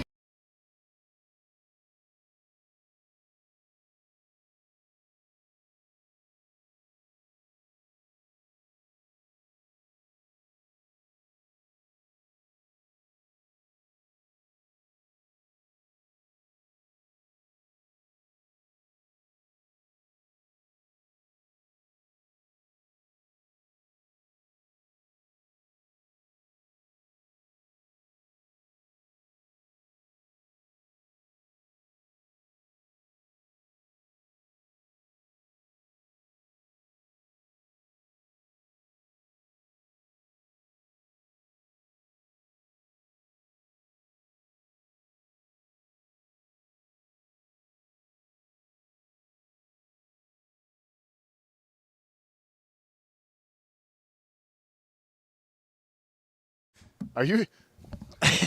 Welcome back, all you wonderful humans. We are live from the Kohl Center in Madison, Wisconsin. We got the second half of the show coming for you. To my right, we have Not So Homeless Teague. To the right of him, we have two-time state champ, Fargo champ, Jacob Roshka. And to the right of him, we have Steve the Stilts. And I am your host, Nate Arkinigo. We're going to keep it moving right away. I hope you guys enjoyed that video. But first up, now, we're going to announce the winner of the ticket giveaway. So during the break, we scrolled through the comments. We did the good old-fashioned someone scrolls, someone holds, and just holds their finger on the comment section, and someone says stop. And wherever it ends, that's who the winner is. We got eyewitnesses all around, so there was no cheating. James Goucher? Is it Oh, that how we Yeah, think? little Yeah. Ford Did I- representation. Did I say that right? Yeah, James Goucher. You can just give those tickets to me, and I'll make sure he gets them. James Goucher, congratulations. You did just win 2 tickets to the Wow. state finals on Saturday night. Send us a DM on Facebook, and we will make sure we get these to you. Congratulations, James awesome. Goucher, on the big win. Isn't he exempt because I'm from Fort? Isn't that how that works? So you got to give him to somebody else? Conflict of interest. Conflict This of is a interest. conflict of interest. Right. Do we have to? I was not here when it happened, so we're good. Okay. Jim, you owe me some money. Long-time listener of the Wisconsin. That's right. Wrestler. Yeah, he contributes a lot. We So. love that. We love that. Well, let's get into our first topic here in the second half. What do we think, which team do we think will win the individual scoring title this year? Steve, I want you to start first on this one. Who do you think wins the individual scoring title unofficially, of course, unofficially? Right. Yeah, Jake, weren't you talking last week or last year that people were getting all uptight when you were talking about a team winner? I made a graphic. It was just a simple screenshot of the results, and there was a lot of people that did not like it. Don't get so butthurt, but I was like, people were like, "What? This is I get it. It's unofficial, but I'm still posting it. It's still cool. It's still You keep track of it. It is literally on Track Wrestling, so let's use it. It's cool. I don't know when they stopped it. Maybe Mel could tell us, but I remember after. Now, do you know when they stopped the unofficial team score? I was with my coach. Wait, the official or no unofficial? unofficial? So I was with Bill Verbaten, and after the tournament was done, we walked. We literally walked. Okay.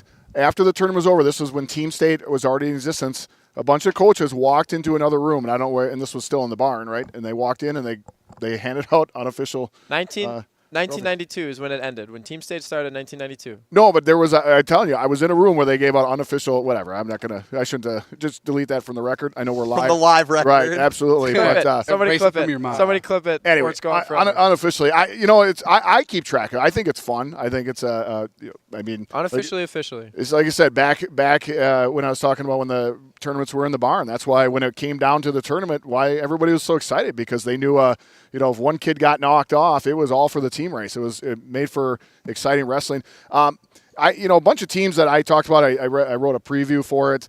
But I have 5 teams basically that I thought. I'm sorry, check that. 4 teams that I thought basically were in it as far as the team race goes. I had Aquinas, Fenimore, Kaukauna, and Luxembourg Casco. And Teague, how you and I make a duel and we put it head to head. I actually went through and I tried to figure out where everybody would place. Yeah, like, hey, they'll score this point. I try to take a look at last year if a guy takes third and get some bonus points. I end up coming up. I have my top 4 as this, and we'll just see how it goes. I have Aquinas in 4th with 94. I put Kaukauna in 3rd at 96. Luxembourg with 99. Now, here's the funny thing with Luxembourg is I think they have 9 guys down here. I don't think they're 10. I think it's 10. Well, I had 9, but maybe it's 9. Well, I had 10. 9? Okay. Well, it was 10 minus 1. 10 minus 1. And this is true. And Luxembourg Casco, I don't have them having a champ. And I still have them. I thought, man, if they get them a few more things, they could actually win it, right? And then have them with 99. And then Fenimore, just because I think Fenimore has a really good shot of getting 4 champs out of this. You get 4 champs scoring on average about 25 points. You're sitting pretty darn good, right? So. Teague, what do you have to say about this? I feel just like you have some numbers or something. I do have some fun team scoring stats. So Aquinas won with 129.5 last year. Is that a record, by the way? I couldn't look back. That was a lot. Well, Aquinas had 129.5. The last 5 years, it's gone, so we don't include the COVID year, but it did go Aquinas last year, then Amory was 116, and then, get this, in 2020 and 2019, Aquinas and I got it. It's Arrowhead and Stratford in 2020 and 2019. They both scored 130 points. Oh, wow. So just edging out last year's Aquinas team. So it's a tie. That you're saying? It was. Oh, Arrowhead did it in 2020. Stratford did it in 2019. Yes. Okay, that's just what I got from the last 5 years. All time, and we have to separate D2, D3, and D1, because with D2, D3, you don't get the advancement points for being a quarterfinalist. Sure. So Luxembourg Casco in 2005, they had a 149. Jeez, they had. wow. So we talk about the Dodgeville 4P. They had champs at 12, 25, 30, and 35. So one weight class away from having the 4 in a row. Wow. They did have 10 place winners that year. In a Division 1. What did you say? 10 place winners. Yeah. That'll do. That'll do. Donkey. That'll do. In Division Big, 1. that'll do. Yeah. I heard that wrong. Rapids had the most in D1 history, as far as I know. I mean, it's hard to beat. They had 159.5 points in 2012. 7 finalists in a row. 2 champions. Could have broke that 160 mark if Einerson won it at 152, right, Nick? Yeah. Well, you know what? That's a perfect segue. I don't know if you lined it up that way. That is a perfect segue to bring on our next guest. He's a friend of the show. He's a 3-time Division II national champion, undefeated record, 89-0. He's the head coach. What's that? Indy 2, I said that. He's a humble man here. He is the head coach of Wisconsin Parkside. He was the 2023 Division II Coach of the Year. Nice. Head coach Nick Becker. Nick, thank you for taking the time to join the show. Thanks for having me, guys. It's good to see you.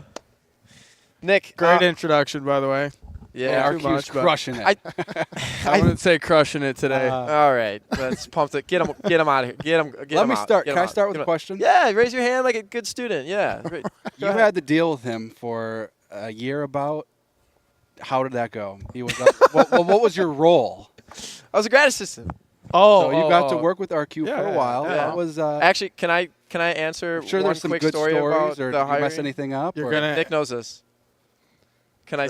Sure. No. Can I say it? I don't know what you're gonna say, but no. So when Nick applied for the job as the hiring process, there was another coach. Obviously, there's a few coaches that applied. RQ didn't want me. I actually, way. they asked me for my opinion, the AD, and I said, Good way to start on the right foot. well, we knew each other well. Anywho, they asked me for my opinion, and I said I thought he was good. I thought there was a different guy that may have been better at the time. I happily am glad I was wrong. Sure. Nick is the man for the job. But yeah, so short story. If anybody didn't know that, yeah. Wow. And now we're best buds. So. You bet. Well, It didn't hurt my feelings at the time. I was but- gonna say, thanks for coming on anyway. So Jake, does that? Oh yeah. Sorry. I guess if you want to answer. Oh, that. how I Otherwise was we working can- with RQ. Yeah. Any Let's good just- stories and memories? There's got to be something that he did that was like a head scratcher or messed something I do a up. lot of. I don't have a 16-year-old daughter, but if I did, it would probably be like Dude. with RQ. I'm joking. It was good. I mean, obviously, like anything, I was new, I was raw, so it was a learning experience for me too to have an assistant coach under me. And no, I mean, I'm grateful for what he's done for our program, what he continues to do. So all his predictions in the beginning aside, it was fine. Like we're good friends. We work together still, and Yeah. Good. Nick, you I left this one out, but you were also a state champion of Hartford. I wanted to put that in the intro, especially after what Teague said. But I do want to ask you a question. For those that were watching the video, I'm sure Mr. Mulvaney, Noah Mulvaney, Junkyard Dog, Old Man Noah, he's keeping you, to this deal. But how's training going for your return to the mat? Because you're not retired anymore. You're coming back. I do need to come back one more time. Obviously, the plan was like U.S. Open, but we were actually competing for our team that weekend, same weekend. So I don't know if they are going to have a World Team Trials qualifier for non-Olympic weights. That would definitely be my thing, just because 74 kilos is not a weight I want to go back down to. 86, those guys are pretty big. Where do you walk around at? I'm like 190, 195 right now. What is 74? 163. 63. Goes from 63 to 89. Yeah. So I'm kind of like a tweener in between there. So I could bump up and we could be in the same weight class. Absolutely. That's cool. Let's do it. Teague, You guys want to have a match? We got some Teague, match. I tell you what, Teague's got all kinds of exhibition matches lined up. Teague, people are just lined up, ready to wrestle you. I don't know what's up with that. Teague, do you want to, besides asking him if he wants to wrestle a match, do you want to hit him with another question here for Coach Becker? Yeah, I can do a little throwback here. So there we go. Nice. Nick, your sophomore year in your first round at state, you did lose to Casey Einerson of Rapids. It was via pin. I couldn't look up the box score or anything. And then the year after that, you lost to Rylan Lubeck in the semis. But happy ending to the senior year individual state. You beat Casey Einerson in the 152-pound finals. Did it feel a little sweeter beating a Rapids guy in the finals after the last 2 years? Was this like a Vision Quest deal for you? Yeah, no. Now that you say that, I really didn't put those pieces together. Wow. But yeah, it was definitely Rapids was always the team back in the day. I should say 10 years ago, past 10 years, they were producing state championship teams. They always had a good guy at whatever weight I was competing. And, I still keep in touch with Casey once in a while, so there's no hard feelings there. But, yeah, then I was able to actually wrestle Ryland at team state as well. I have respect for their program, still do. I mean, that's rich tradition. Yeah, that one went to overtime with Ryland at Team State. What happens right now? I mean, Menominey's bringing 5 qualifiers down. What happens if Coach Lubeck just gets ready, gets some shoes on, he says, hey, let's have the postseason rubber match right here, right now? Who wins it? How's that match going? We'll be sure to stream it, Jake. I think he's got me. No, I don't know. I'm a lot bigger than him now, too. I've seen Ryland here, actually, in Madison when I was with RTC. He would pop into the weight room and things like that a couple years ago. So I'm definitely, I think I shot up. He stayed relatively the same, so I don't think there would be a fair advantage there. But he's a really talented young man for sure. Nick, you mentioned the RTC. You spent a lot of time wrestling in a lot of different venues, just kind of all over the place. What is, how does this one, the WIA, the state tournament, how does this one stack up? And what is your favorite venue you've wrestled in, favorite atmosphere you've ever wrestled in? Yeah, I think the moment obviously has a lot to do with it as far as what level you're on, right? Competing for a couple Division II national titles, that feeling you get competing for a national title, there's not much comparable to that. But Wisconsin state title for me, obviously that at that time, that was the biggest milestone I wanted to reach in my life. And this place filled with 15,000 people, it was something special to remember, that's for sure. Is that the side note? I won the state finals. One of my high school friends chucked a belt from the stands, a championship belt, onto the mat, and then ran out of the building. Jake, that's a chased prop. by security. Wow. I don't know if that's ever happened. Yeah, that's crazy. Did they catch him? No, he was pretty quick. Oh. He was a little guy. I think he was like our 13-pounder. Little trackster? Yeah. He missed the rest of the finals, though, but he saw all he needed to see. Well, kind of moving on here, just talking about the team then. Yeah. Nick, you guys have had a really, really good year as a team. Last year you beat St. Cloud. This year it didn't go well. You guys you fell short against St. Cloud. How's the team responded? What was kind of the chatter with you to the guys after that duel, and where are you guys at right now in the season? Yeah, I mean, there's no way around it, right? We got smacked in the face, 2 Fridays ago, and there's nothing really we can do. I believe in these guys right now. When they're on, and they can beat anyone in the country. So just continuing to believe in ourselves.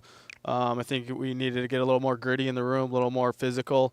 And part of that's on me too, right? Is setting the environment in the room. And really these guys have responded very well these past couple weeks and been getting after it, looking really good. So I'm excited for our postseason here. I think all 10 of our guys have an opportunity and a legit shot to get to the national tournament. So obviously in our region it's going to be difficult to get 10 through, but I believe in each and every one of our guys, and now it's them going out and doing it. Yeah, you guys have built a really strong team in it was a good team right before you became the head coach, but I feel like they've definitely taken jumps over the past couple of years. Sure. How do you think, what's the secret there, or what is it that's made that happen?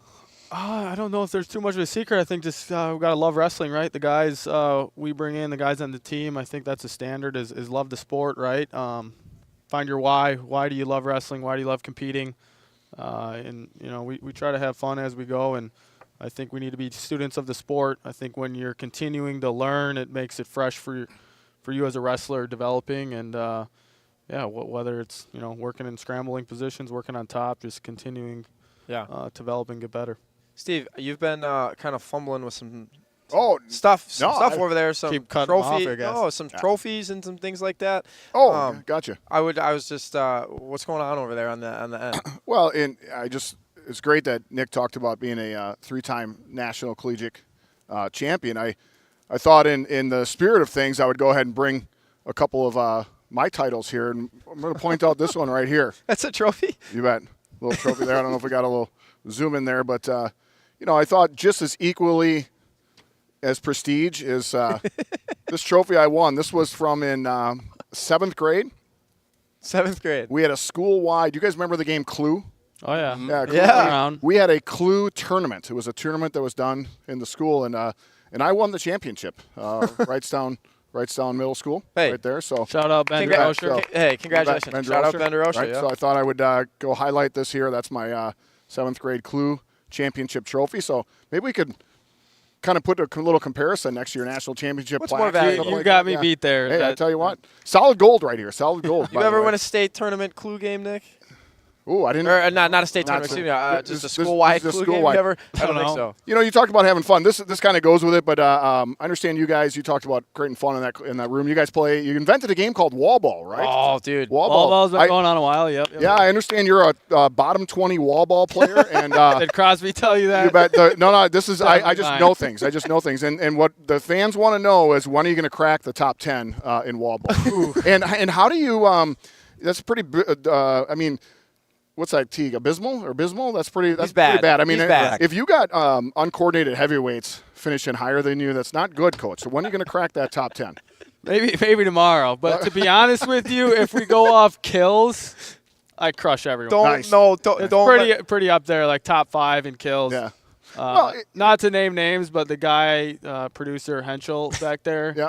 He's caught running around, hiding. He's a hider. He hides. Because if the game's going on over here, he starts playing when there's 5 people left. Coach, it does kind of go into my. I mean, we're joking about this, but you talked about creating a culture, having fun. You know, I think there's maybe coaches out there listening. It's like that's a huge part of the practice, right? I mean, creating that. I think sometimes coaches just go, man, it's grind time all the time, and you guys take the opportunity for this. But talk about that. How do you balance between? Hey, you're going to have fun doing this type of stuff and joking around with the guys. But you talked about and you said, hey, we got to get just tougher in the room. How do you walk through that balance? Yeah, that's a really good question. One, like when we do play wall ball and things like that, that's nothing mandatory, right? Our practices typically start at 4 o'clock. There's guys in our room at 3:15, 3:30. So one, I think the guys like being around each other, right? So bringing the right guys in that can mesh well, but also setting the standard. You know, we're all equal at the end of the day. From a wrestling standpoint, I mean, it's one of the oldest and greatest sports, right? There's a work ethic level to wrestling and success, and if you're not reaching your goals the majority of the time, we probably got to get a little tougher, probably got to get a little more physical, a little more mentally tough, and I think one of the ways we do develop mental toughness is putting ourselves through physical things that we don't feel comfortable doing. Sure. So I guess that's a roundabout answer to your question. Oh, that's great. It's a good answer. Great answer. Fantastic answer. Absolutely. Coach Becker, I want to say thank you for taking the time to join us tonight. You've been hanging out, watching us. I think you're probably going to hang out for a little longer. Probably stare at me and try to make me feel uncomfortable and nervous, but it won't work. But I want to say thank you for taking the time to join the show. Friend of the show, national champion, head coach of Wisconsin Parkside, Nick Becker. Thanks, guys. Thanks for having me. You bet, Coach. Thank you. All right, let's keep it moving. We got another topic to break down. Are we good? I'm good. I'm here. I can hear you. Hello. We got another topic to break down here. Potential 4-time state champions this weekend on Saturday night. We could crown a few of them. So first, I want to say, Teague, who are those 3 state champions that we could crown? Excuse me. The 3 guys contending for their 4th state title: Connor Mirasola of West Bend West at 195 in D1, Coy Hopke of Amory in Division 2 at 285, and Dawson Johnson of Cumberland at Division 3 at 138 pounds. And there have been 26 4-time state champions. I think Steve's predicting that there's going to be 28 4-time state champions by the time all is said and done this weekend. Steve, let's break down the pick a little bit on the podcast. Yeah, he's calling you out right now. Are you see? He's calling you out. So there's 26, and we have 3 with the possibility, and you said 28. Mm-hmm. Teague, that's not very good math. I think the number's 29, right? Well, you picked there to be 28. You're backtracking on your words. I'm not backtracking anything. Here's what I'm telling you is that Dawson Johnson is a great wrestler. He's a 3-timer, right? But out of all the 3 that are here, which one of the 3 has a potential? Which one is going to have the most competitive? Competitive. And Elliot Biba is just. We've seen him. Teague, how many times have we seen him wrestle this year? And he is just on a tear. So if there's any 4-timer that's in danger of not winning that 4th, it's at 138, right? I mean, it's sure. There's no elephant in the room on that one. But Dawson Johnson is a competitor, right? And he's going to come won out. it 3 times. Right. Yeah. You would, and he is he's a handful, and he's mean, right? He's a really strong wrestler. So that's why I picked that as my weight. If there's a weight class we could have being the last one, that would be it, right? I mean, just center mat, let them go at it and have some fun. But yeah, absolutely. And you folks can decide that at home. That's right. Yes, you can. Yeah. Now, do you think, do you have a stat that tells us, have there been more 4-timers of, say, the last 10 years, or was there more 4-timers in the beginning? Like, is it becoming more common now, or was it more common then, or where are we at? Oh, it's a trick question, Nate, because it's actually just half and half. Half Is of it the really? 4-timers have come since 2016. Yeah, which is crazy to think about. After the first champion, after Hunutke of Pittsville won it, there was 5 in the 90s. Okay. And then, So it's picked up though, right? It's picked up. Split it in half, there'd be more in the second half since we started tracking it. Then even in the first, 25 years? Sure. Yeah, basically. Okay, so it's becoming more common is what I'm trying to understand. Is it or is it not becoming more common? It's not a common thing, we know this, but like there's more of them, right? Does that make sense? I think Steve. Oh, you got it, Steve. You roll. No, I was just. You guys were taught. One of the questions is it becoming more common? And you got to remember, it wasn't until 1980 that we went to 3 divisions. Right before that, there was 1 division. Good point. Really? So hypothetically, the question is, if we were 1 division, how many? I mean, think about this, right? And you'd have to go through and do the math. And I did not do it. I'm sorry, do the comparison. But how many 4-timers would we have if we were 1 division? Right, and I think what you have to do is go back to their freshman year and go, okay, would they look across the board and go, would they beat all 3 of them? I think that's probably the only way of doing it.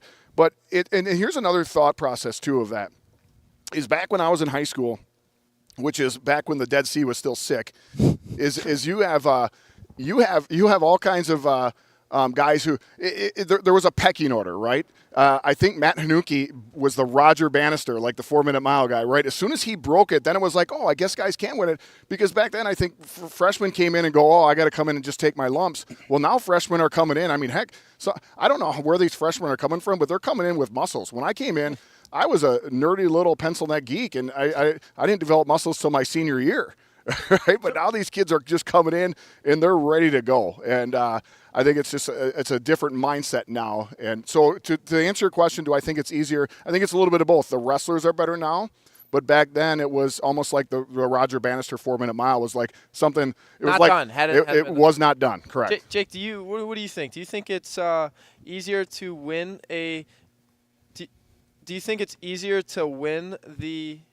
Excuse me, I got thrown off there. Is it easier to win the state title now, no. 4-time state title now, or back then? Sorry, I got you. How I don't know. Is it? I mean, it's the same amount of divisions. I mean, that's kind of. I would say so. Let me answer this question: where do these guys rank amongst the rest? I think so. If we're looking at the 3 that we got right now, Connor and Coy. Yeah, amongst all time, sure. 4 times. Amongst all time, yeah. Those 2 are in the top 5. Oh, absolutely. And they won it at 220 and 190, whatever the weight was for. Connor won at 170 as a freshman, undefeated. Yeah. Coy won at 220, big undefeated guys. as a freshman. You don't see that. So I'm looking. So I went through all the 4-time state champs that won it above 130. So not your. Yeah, they started by winning above 1. Yeah. You win a 106-pound title. I don't know. It's impressive, but if you look at the state bracket at 106, it's all sophomores and freshmen. Sure. Okay. Yeah. So you're coming into a man's weight. We had Zach Chabula, 130 D2. Brock Schlew, 138 D3. Clayton Whining, 152 D2. Cole Marco, 138 D3. Braden Scholes, 145 D2. What do you notice about them besides the weight? It's all D2 and D3. So I think if you're in D2 or D3, you have a much better shot because I think the field is just not as tough. But you look at a guy like an O'Toole, Thilke, Mirasola, those are in my top 5 for some of the best. I don't know how you want to rank them. And then I'm also throwing Hopkins, Scholes in that top 5. I think it's too hard to shuffle through, but I think those are the best 5. I know Kevin Black, undefeated, 157-0, but he won it at 103, 112, 112, 119. So he didn't even get above 120. So the guys that come in and do it at a big weight, like 152 for Whiting, that's impressive. Yeah. So. I think to me that when it's 52 and up, I think those big weights to win as a freshman are just I mean, and a guy like Scholes is coming in and beating Medora. Medora, was a who state champ. at the time, multiple Right. times. He was At that- unbeatable in our minds. Literally, and, he was. And you're he was doing a it at two-time 145 champ. pounds, which Yeah. is, I mean, Two-time champ, that two-time. is He was impressive. nationally ranked, and Right. Scholes beat him at his And- freshman year. I remember that. a lot of people are in 106, whatever. But if you look at it, I'm gonna get a lot of heat for this, but I feel like that's just the truth. There's the field is a little not as deep amongst other weights. Well, I like to call 106 and 113 the future of wrestling, right? Like, these guys are good, but we really see them at the peak of their powers by the time they're at the 26 And you 32. see, like, O'Toole started at lightweight, ended up bumping 2 weights per time. He ends at, what, 150, 160. So, I mean, a lot of these guys Fan get club. into the bigger weights, but Fan club. There we go. And for the record, Jake's not against 106 pounders. He was 106 pounds in 4th grade. 6th grade. 6th grade. Man, I imagine. How big were you in 6th grade? I don't remember. You're Steve the Stilts. I don't remember. 6th grade. All I know is I have a medal, and it's got the weight on. In 8th grade, I won, and I was 126 pounds. That's all I remember. But past that. Hey, I have a quick question for you. So, Coy Hopke, right? Last year, he was on the mat for 65 seconds. Yeah, that's crazy, huh? What's your over-under? Under this year? Over. 64 and a half or 65 and a half seconds? Yep.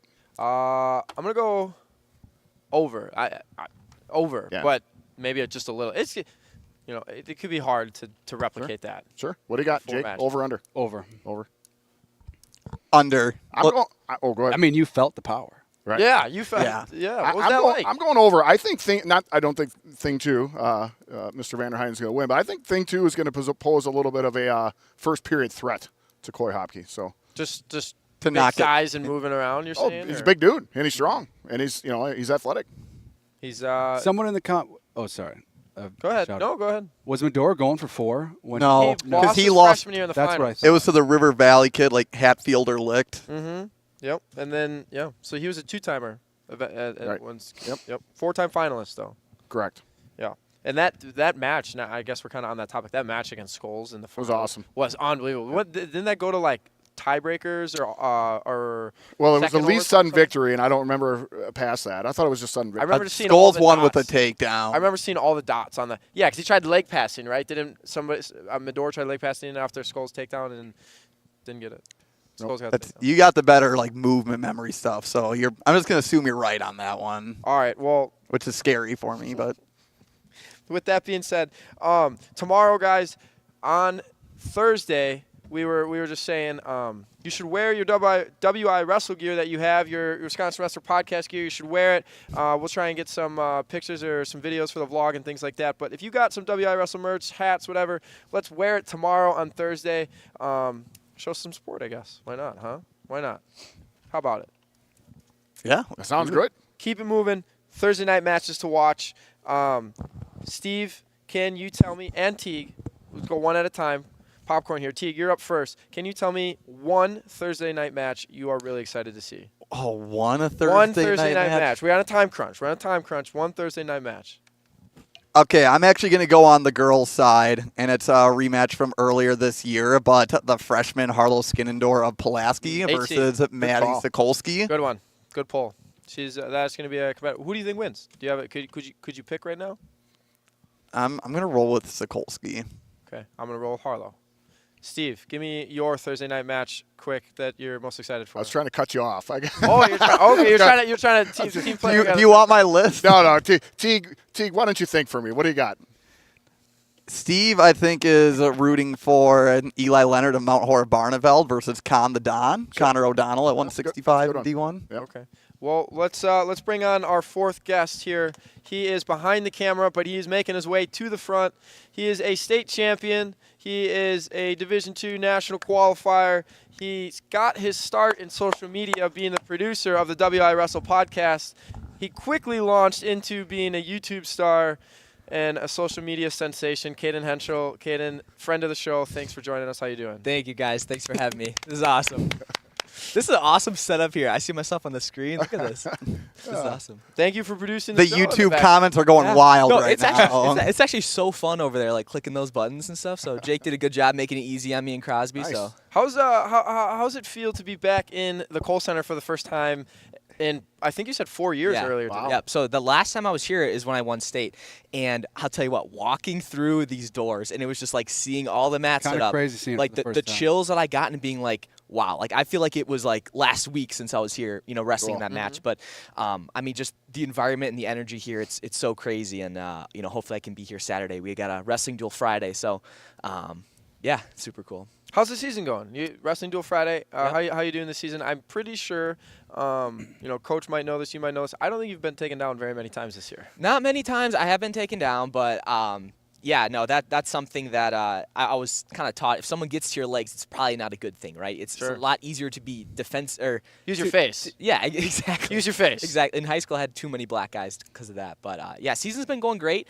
I think I'm like 18-2 right now, so just gonna go on to this postseason and just really kind of focus in and manage my weight and continue with the good practices and stuff. It's such a great room. So. I got one more question here for you before we hop over to Steve, but I just wanted to ask, like, you have documented basically your entire wrestling career. Yeah. What's that experience been like, just being so candid, I feel like, with your audience of people that support you and things like that and your friends?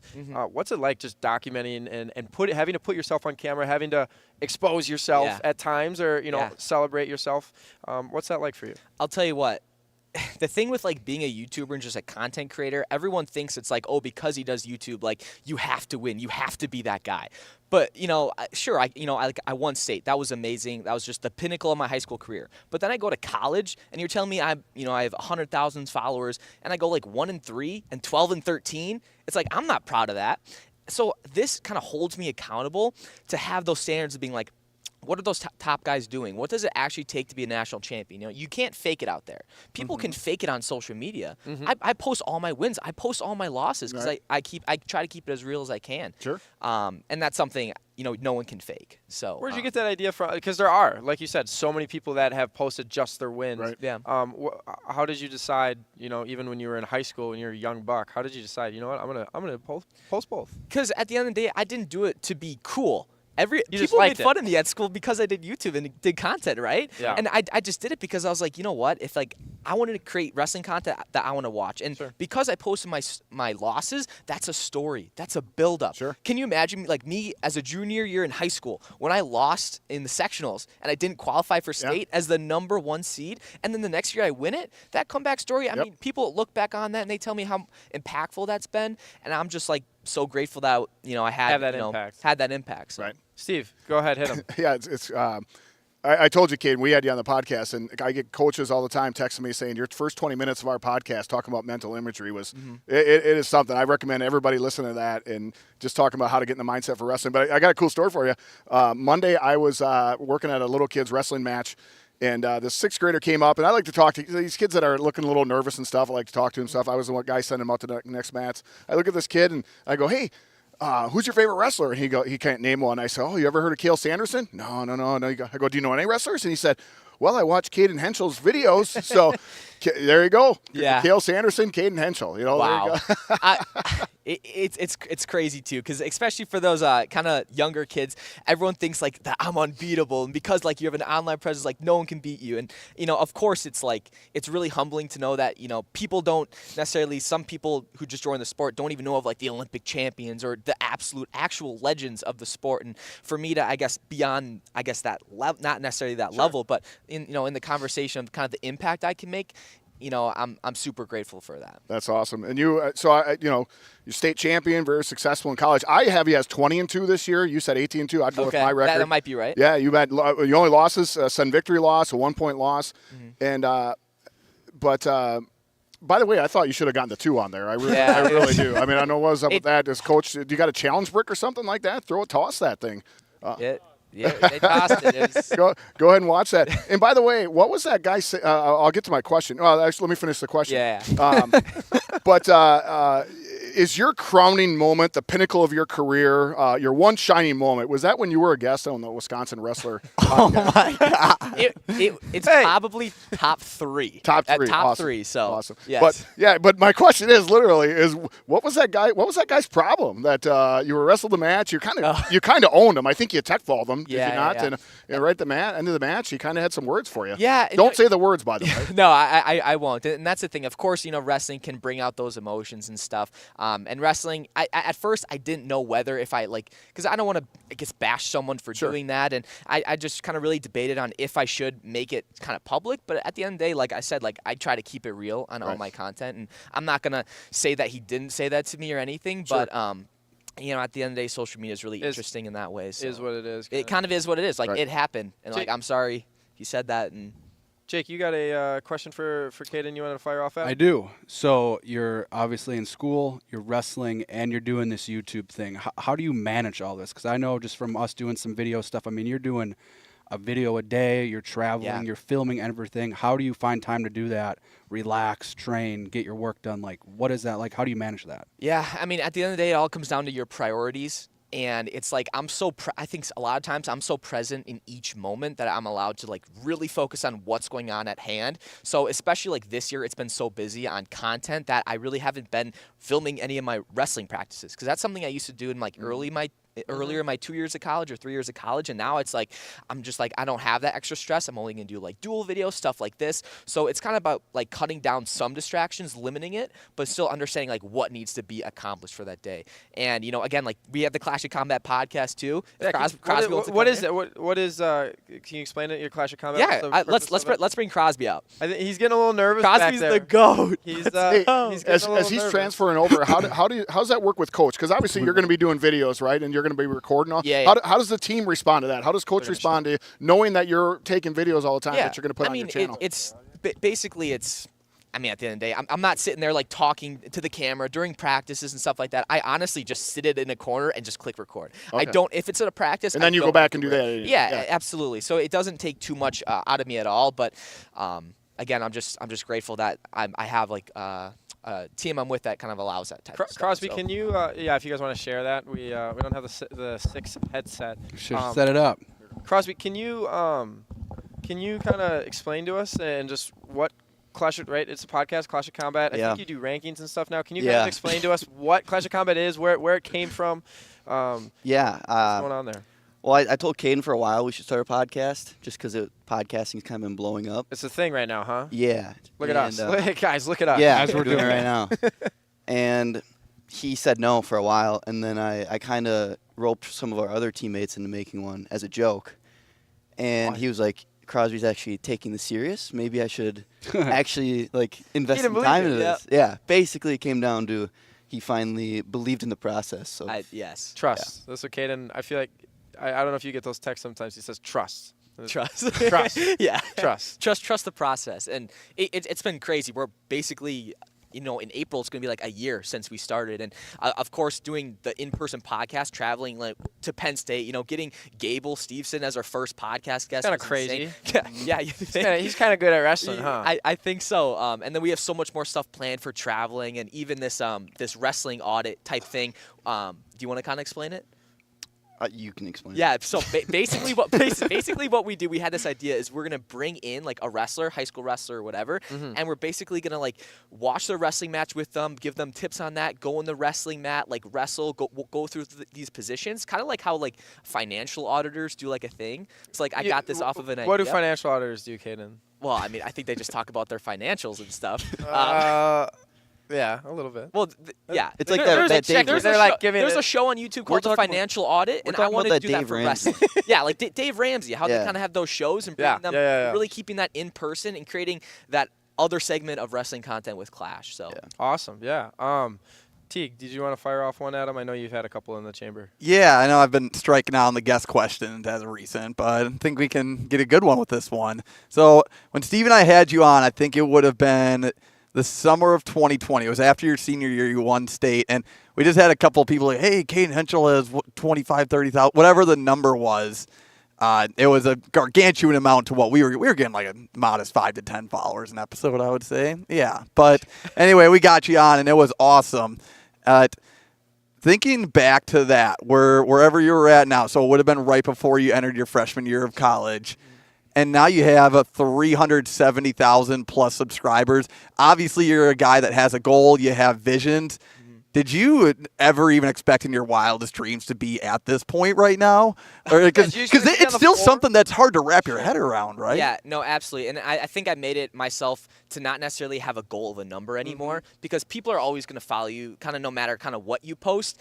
And it's like you see like 100,000 and 200,000, but it's like day in and day out, if I keep refreshing, like it's so I guess taxing on your creativity and you get too wrapped up in the numbers, but you really have to focus on what are you actually doing and what's the value you actually want to provide. And, you know, of course I had goals when I was little, like I'm going to have 2 million followers when I'm, 25 years old, like all these big YouTubers doing these things, but you can't really base your success off of that anymore. It has to be off the impact that you can make. And I think so far we've done a pretty good job of that. So awesome. I want to say thank you guys for taking the time to join us. Thank you for being behind the camera and yeah, and doing what you guys do. Keep crushing it, both of you. Thank you guys. That's Caden Henshaw and Crosby Slosher from UW Parkside and Clash of Combat and a variety of other things. Thank you for joining us, boys. We're going to move on to our last segment here very quickly. Thank you, sir. We're going to move on to our last segment here very quickly of the show. Jake, quickly, can you break down a couple of matches here for us? I think you have a few. Nice. I've got 2 matches that I'm really looking forward to seeing. We've got 2 state champs. We got Wyatt Ingham and Silas Daly. Wyatt won it at 1, and I don't have it written down. 182. I think Silas is 170 or flip it, but 2 guys that are super, super tough on top. Predictions here. I think it's going to go 0-0 out of the first. None of them are like super dynamic on the feet. This match will be won on the mat. It's going to be a battle. I don't think anyone's getting turns, but I mean, we saw Silas with that huge ride over. What are you trying to say? It's going to be a low-scoring, boring match? What are you saying, Jake? Yeah, it might be, unfortunately. But what's your problem? Exciting then. But these guys have just such a unique style where they can slow the pace. Silas is so good at just slowing it down. He can get to his ties. He's really good at controlling. He's a hammer on top. So is Wyatt. So I'm super intrigued with that match. I think it's going to go OT. I think we see one like we were talking earlier, a bunch of dots across the top, maybe a ride out to win it. You got to get out to win it. But that's the one I'm really looking forward to. And the last one I am looking forward to. Yeah, tell me about it. We got Jake Fitzpatrick, state champ in 2022, 3rd place finisher a year ago. He'll be taking on Drew Dolphin, a state champ last year. He had that crazy match against Grudenfelder was the final. Yep, where it was just crazy. The tongue sticking out. You can see it on the screen. That's sweet. That might be partying at somebody. We'll skip that for now. But Fitzpatrick, we've seen him a lot over the past couple months. He's been a couple different events. He is lightning in a bottle. He can attack from space. He's got some great attacks. He's really efficient with his finishes. And he's pretty tough on top. Dolphin, I think he's going to have to slow the pace down, right? We're going to weather the storm, get to the ties, and I think he's going to have to go big. He can go big. And he can go huge. What kind of big are we talking here? He's got this crazy. So here, Teague, let me show it to you. You want to show T? You're going to, right? We're going to do a little demonstration. Just watch. Hey!